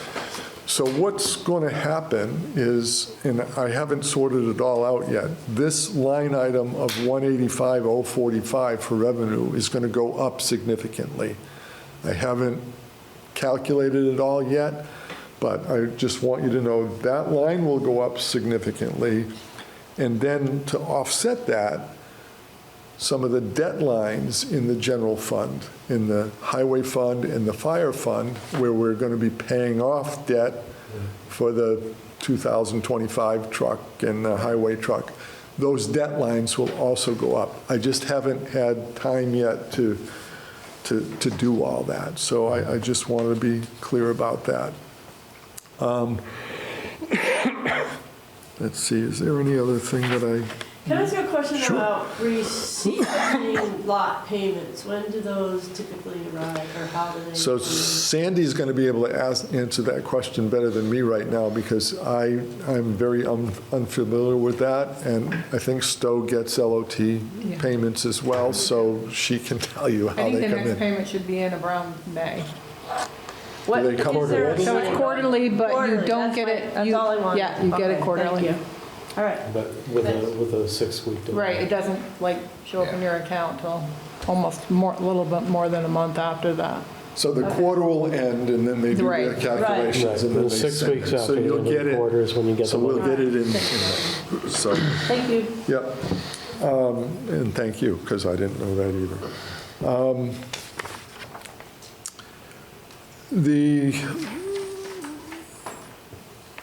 So I explained at the very first meeting that the select board, that this select board had, that I had gone through the town report and all of the minutes for the annual meeting, and I got this budget, I believe, to match what was presented kind of awkwardly in the town report. One of the things that, if you look at the summary page in there for revenues, Tom had a line that said, as a revenue, something like 85,000 or 87,000 coming in from fund balance. Well, fund balance isn't a revenue, it's just there. It's just money to be used. So the total revenues, if you look in the town report, the amount that was in the town report as total non-tax revenues was like 1.94 million or something like that on the summary page, Martha. And really, it's 1,895,955 because the town report showed a revenue of 85,759 as, use of general fund. So the non-tax revenues that show up on page 3 of the budget report of 1,895,955 is the right number, even though the summary says 1.9 something million dollars. And that's because you're reducing it by the, general fund balance. number. Yeah, Right. okay. So the use of general fund balance, thanks. I reduced that, and when I did the subtraction, lo and behold, Got it. the numbers that I had plugged into the budget worked. So that's the right non-tax number. So the last thing I'll make a point of will be on, I think it's page 3. I didn't number the pages, I apologize. So just before the balance sheet on the memo, Just before the what? just before I start talking about the balance sheet on the memo, so go Do you up, have the account number? go up a little bit higher. So right here somewhere, stop. That's it. Advance from other funds, go up a little higher. delinquent tax, oh, next, go up a little bit more. One more, right there, oh, stop. So, amount to be raised by taxes, okay? Right there, Taxes. the last paragraph. Taxes to be raised? Right. Oh, I see. So taxes to be raised, $4,514,149. Now, if you remember at town meeting, Evan made a motion to increase the pay of the select board, and, well, Skip made the motion did. first, and then Evan elevated it. So, He knew he was going to be elected to the select board. yeah, except the $7,750 of additional select board pay has to be paid to the last select board, not this one. Right. We're going to get a pay cut. So the voters voted at town meeting taxes of $4,455,744. And how we reached that, if you remember, there was conversation at the meeting about how could we keep the tax rate at 55.5 cents as opposed to the 57 cents. And I made some calculation.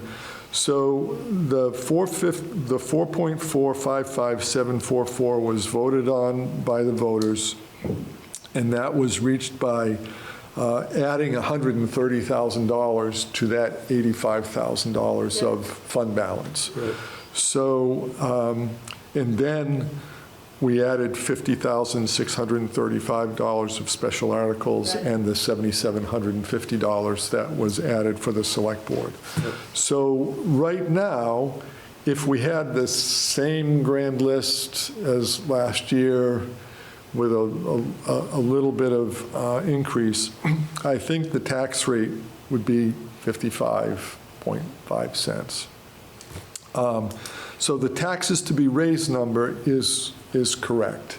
So I think when you get to June, or it'll be the 1st of July, actually, Dan will be done with the grand list, probably middle of June.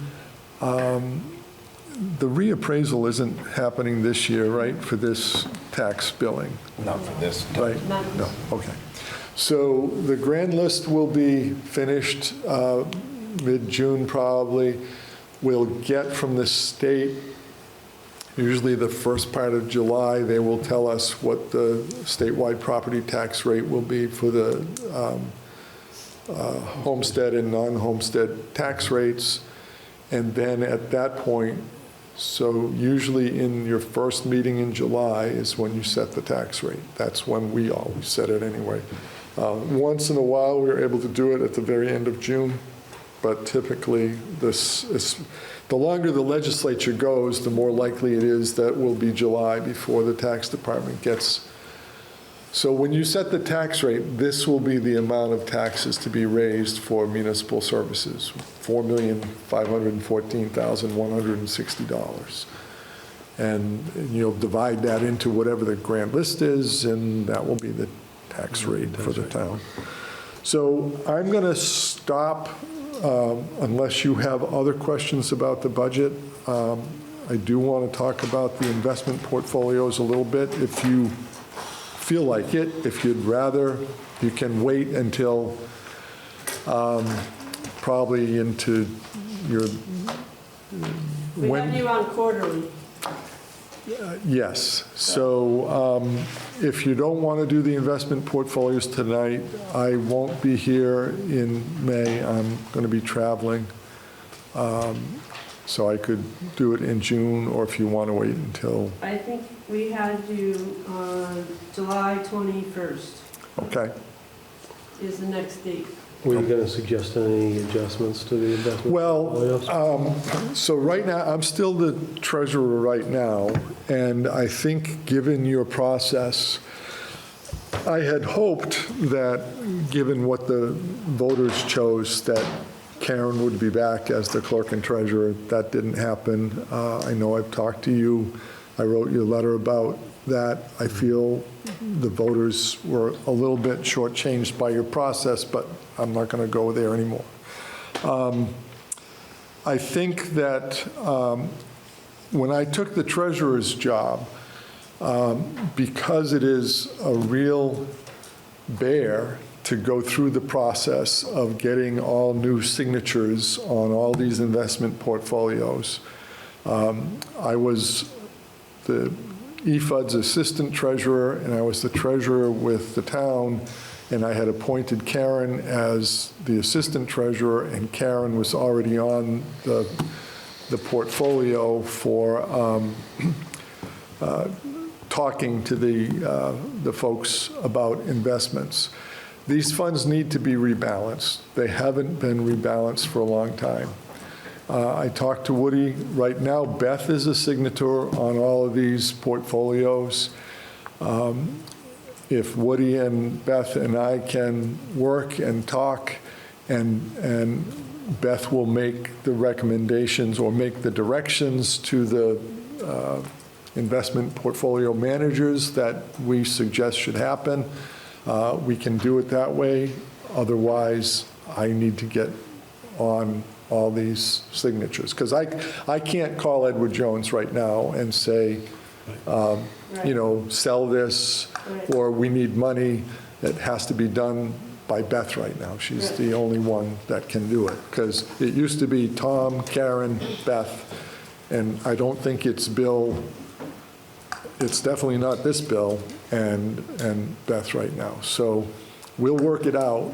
I was hoping not to have to do all that, because if somebody's going to come in and be the treasurer, they're going to have to do it all again, and it's a lot of work to get that done. Yeah. So anyway, but I think I will start to work with Bill and Beth about rebalancing these portfolios. And if you want to wait until July for me to talk to you about that, that's fine, but I think it would be prudent to adjust some of how these investments are. Because what happens is, you know, we have, I don't know what Tom did with these, but there's investment portfolio, I mean, there's investment policies for all these portfolios. And for the tax stabilization, for example, you know, you can't own individual stocks. You can own mutual funds. You can own bonds. You can buy CDs. You can obviously keep cash. And there's certain limitations in terms of how much of the portfolio by percentage can be in each of those categories. Well, in 2024 and 2025, the stock market did really well. So I think there's a lot more in kind of high growth, higher. We don't have any aggressive growth funds or anything else. But I think the amount of money that's in growth funds is higher than the investment portfolio allows. So how are you going to do this? We're going to be gone in the month of May. Well, it's only April right now. Well, okay. Okay, oh, good, yeah. Can I ask a question? So is there a finance advisor that could possibly just, I mean, based on if they know what our investment policy is, to look at it and make suggestions to us? Or is that something that you feel like? Well, this is not, it's not the select board establishes the policy. Right. The treasurer is the one Right. that has. But I just wondered to help you out. Well, there's a financial management policy that was adopted in 2022. Is that still in place? I mean, there's no reason that it's not. I would think so if we have not changed it, yeah. But all of these funds are held at Edward Jones, correct? No. And one at Morgan Stanley. And Morgan Stanley. But you don't have any Point is- control over the Morgan Stanley one. That's the library's trust. Okay, but your point is, We could call there's it an Edward Jones. agent that is Right. monitoring these. And you that say they this made- is what we have for Right. guidelines. Right. Even, I mean, They should even have if a they made a dashboard. suggestion to should you what? and you make the They should have a decision. dashboard. Yes, I got one. Well, I guess in the past, and, you know, I'm not going to say that you have to do what was done in the past. But the select board, I would bring to the select board usually twice a year these investment portfolios.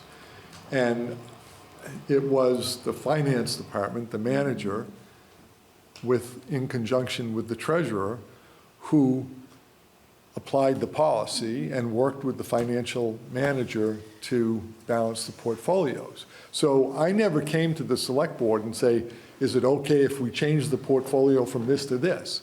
I just worked with the financial, the person who, at Edward Jones, and said, okay, here's the policy, let's get this in order. Right now you So- can't because your name's not on it, right? Well, Well, that's. I think I can do it with Beth's help. My point So is is, there an action here? I'm No, gonna melt in I about don't- 10 minutes. I don't think- Okay, so I just wanna put it, we've gotta wrap this up. for me, I don't think that there's an action necessary, because what I'm I don't believe that the select board has adopted a policy. You have a staff, we can apply the policy, and we can work with the person and get these portfolios balanced.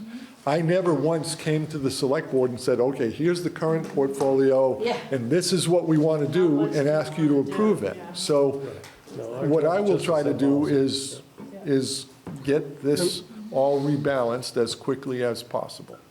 I agree. And then I'll come in July to talk to you about them. Okay. I only cut down 3 trees to make these. I didn't want to send them out in, Are those copies of the funds?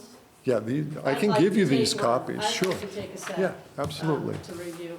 I just. And you got have, on that. you already have the balance sheets I have all for that. these I don't funds, have right? those, I don't. So the- I will The investment funds are what I was curious about. hand these out. All right. All right, so. Any other questions for Bill while we Thank you. have him? Thank you. So there's, What, take one and pass it? take one Is and that the- pass it, and then I'm gonna give you another one, and you Okay. take one and pass it, I'm in school again. take one and pass it, Thank you. All right, cool. take one and pass it. Oh, yeah. These are all the different funds? You want any of these? But is that the last one? Oh, this is one. That's the That's Fund library. 52, that's Fund 48, so you're supposed to take one and Is this how just pass it. In the line. Yep. Okay, I got 52, I got 53, and I got 48. There's more 53s? Count the No, this is 55. No, but count the pages. I got Oh, 55. they're down the bottom. Oh, Yeah, they are. sorry, thank you, yep. Yeah, Sorry. it's sideways. And this is libraries, which is not even our money. Thank you, Bill. All right. There we go. All right, next agenda item is meeting, items for the next God, you meeting. better get on that.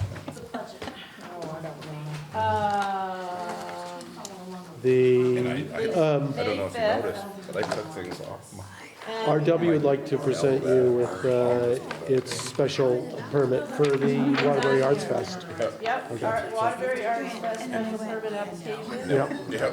Please be sure that it's filed the Wednesday before the Tuesday. I got that loud and clear. And you're also gonna be doing this entertainment, entertainment ordinance discussion. Yeah. We said we would put it on the May 5th agenda. Okay. We said it was backwards in the process. Sandy's been working on the special permit I fillable sent those out to PDF. I sent those out to everyone else on Yep. the banner. Thank you so much for that. So I guess we should, I don't know what the discussion is, but we should. You just maybe tell I'll me talk which with one you want me to, Cheryl, which, if there's which, some tell me. guiding direction you wanna recommend. Should I, For, Well, it's 1998. You guys have lost me. Yeah, I mean, Last time it was done or something. I don't know that I recommend anything but updating it. I mean, it's like, it refers to things that, Yeah, I know. So. Maybe that's the discussion, okay? So please all come having reviewed it. And maybe make your comments to yourself or have your questions ready. And then the other item that's on the agenda is the opioid funding, Sandy. Yes, I started on that. I really did. But I need to talk to Waterbury Ambulance Service. Wow. I actually have a pretty good proposal going on. Good. Yeah. Be sure to have it to us the Wednesday before the. Right. One thing about it is that you have to create a new program. You can't just give it for something like you can't just give it to somebody for the same thing that's been happening all along. It has to be a new program. So, you have to come up with something new, or you have to help implement something that is reflective of. Do we have who's our health officer? Bill.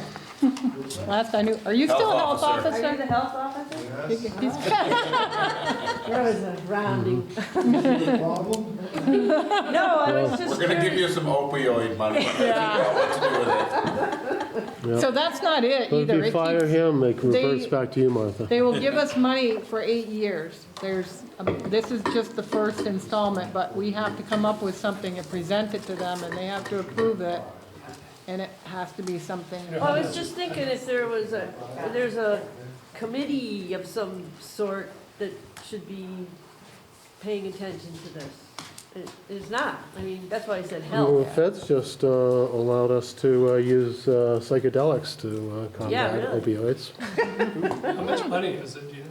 18, was it 18,000 I thought something? I was thinking 11, but it's Oh, maybe it was 11, 8. Maybe there's an 8 and 11 Yeah, or it's not, something it's in there. not. All right. Yeah. So, Sorry. on the health officer, just so you know, my commission July. ends in July. Yep. And I'm not sure yet whether I'm looking to re-up. I've been the health officer or the assistant health officer for about 30 years, and, I think I've done my duty. It's nowhere near as difficult now as it used to be. The health officer now pretty much deals with dog bites. Is what? Pretty much deals with dog bites. If there's a dog Well, bite, there's an animal control. yeah. No, that's- Animal control officer deals with the dog. Okay. The health officer deals with the bitten person. And so if somebody goes to the emergency room or the doctor's office, the doctor, by law, has to send a report to the health officer. And then the health officer is supposed to follow up with the victim and then try to deal with the owner of the dog, and pretty much trying to determine whether or not there's been vaccines for rabies. Is that in statute or is it, okay, it's in Yeah. statute. Yeah. So, We should and advertise for the it. health officer is nominated, Huh? the health officer is nominated by the select board and is appointed by the commissioner of the State Department of Health. So it's kind of Yeah. it's an agency kind of relationship with the town. The health officer used to have to do inspections of rental housing, and people would call That's why I to quit. talk about mold or talk about no heat You went to or my house. all kinds of other issues. Fortunately, the State Department of Public Safety deals with that now. So the health officer's job is not as challenging as it used to be. But I sent It's somebody your not way on the last week because they agenda. find you got bit by a dog. Yeah, I get that. Anything else you guys want to add to this agenda? This is after the deadline for town clerk and treasurer applications, so some update on that and what our next steps would be. Oh, yeah. The town clerk and treasurer items will stay on here. Same until with we've municipal addressed manager. them. Yeah. Same thing with Randall Meadows and Stanley Wasson. We just keep them on the agenda so that we can continue giving updates until they. But we should know who's applied, or how many applied. if- Oh, yeah, Yeah. for sure. Okay? No, I just had two things. May 5th, the police are coming in, is correct? Aren't they on the short list. think that's- I can't remember, I thought it was May 5th. planning and DRB. Whatever the schedule. It's whatever's posted on the website. Okay, but I was also thinking perhaps you might want to have Dan Sweet come in just to speak about the reappraisal costs. He's one of he's our assessor. Yeah, I know, Dan. Yeah, and it There's doesn't have to be somebody May, else, it's too. just at some It's point. planning, DRB, and state police. Yeah, state police, yeah. So is there Let's see anything? what else, let's hold off on Dan. Yeah, I But met him great for down the idea. road. And was there anything specifically you wanted the trooper to speak to? He's asked me, who's coming in on May 5th. Is there anything? How's it going? Well, the Yeah. update on data there hasn't I been think a we should have report some or any kind data, of yeah. data for a year. Oh, so- yeah, they haven't been posted to the website in a while. Okay. They haven't been.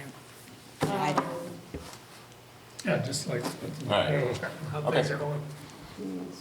I mean, you saw how that went. You know, there's no rules. if you No, will. I was just, Yeah. if, It's to hard. prepare him. Did they need to weigh in on the sheriff coming in July, or are that two different? It's two different things, but if Okay. you, yeah. Yeah, he's coming in July. And Alex said something, to add, Oh, to add him to the schedule. Right, Yeah. Mad River, Well, that would be very brief. I can't imagine Yeah. there's a lot to say. No. But, not to get it, we've been here long enough, but, the Natural Disaster Preparedness Committee Chair, or whatever the position you pay, is vacant. Danny left that oh, right, right. Yeah. in January. John Malter would like to come in and speak to that at some point as to the importance of the position or the need for the position, so. I just spoke to him today. They're Thank June you, second. Thanks. Thanks, Bill. Thanks, Bill. They're June second. Does he Oh. wanna come in sooner than that? No, June 2nd's fine. Yep. Okay. Yep. Yeah. There- You know, these positions, the animal control, the health officer, how do we advertise for I've got a them, person, or- I don't want to hold this up too long, but a No, person no. from, I found someone from Stowe who we might be able to talk into being animal control officer. Wow, Yeah, so. okay. All right. But the other ones in general, there's no, like, why don't we post them? That there's gonna be a vacancy, or that we have a vacancy? You know, You, What you're talking Well, about. the animal control officer, the previous town manager decided that it was easier for him to just exercise the duties of the health officer rather than having to deal with an overly ambitious enforcement of the leash laws, which caused more problems than it solved. Oh, you said health officer, you meant? I mean, sorry, Yeah. I mean, You animal meant control animal officer. control. Yeah, Okay. animal control this officer. person I've got, oh, Yeah, perfect, yeah. cool. absolutely. All right.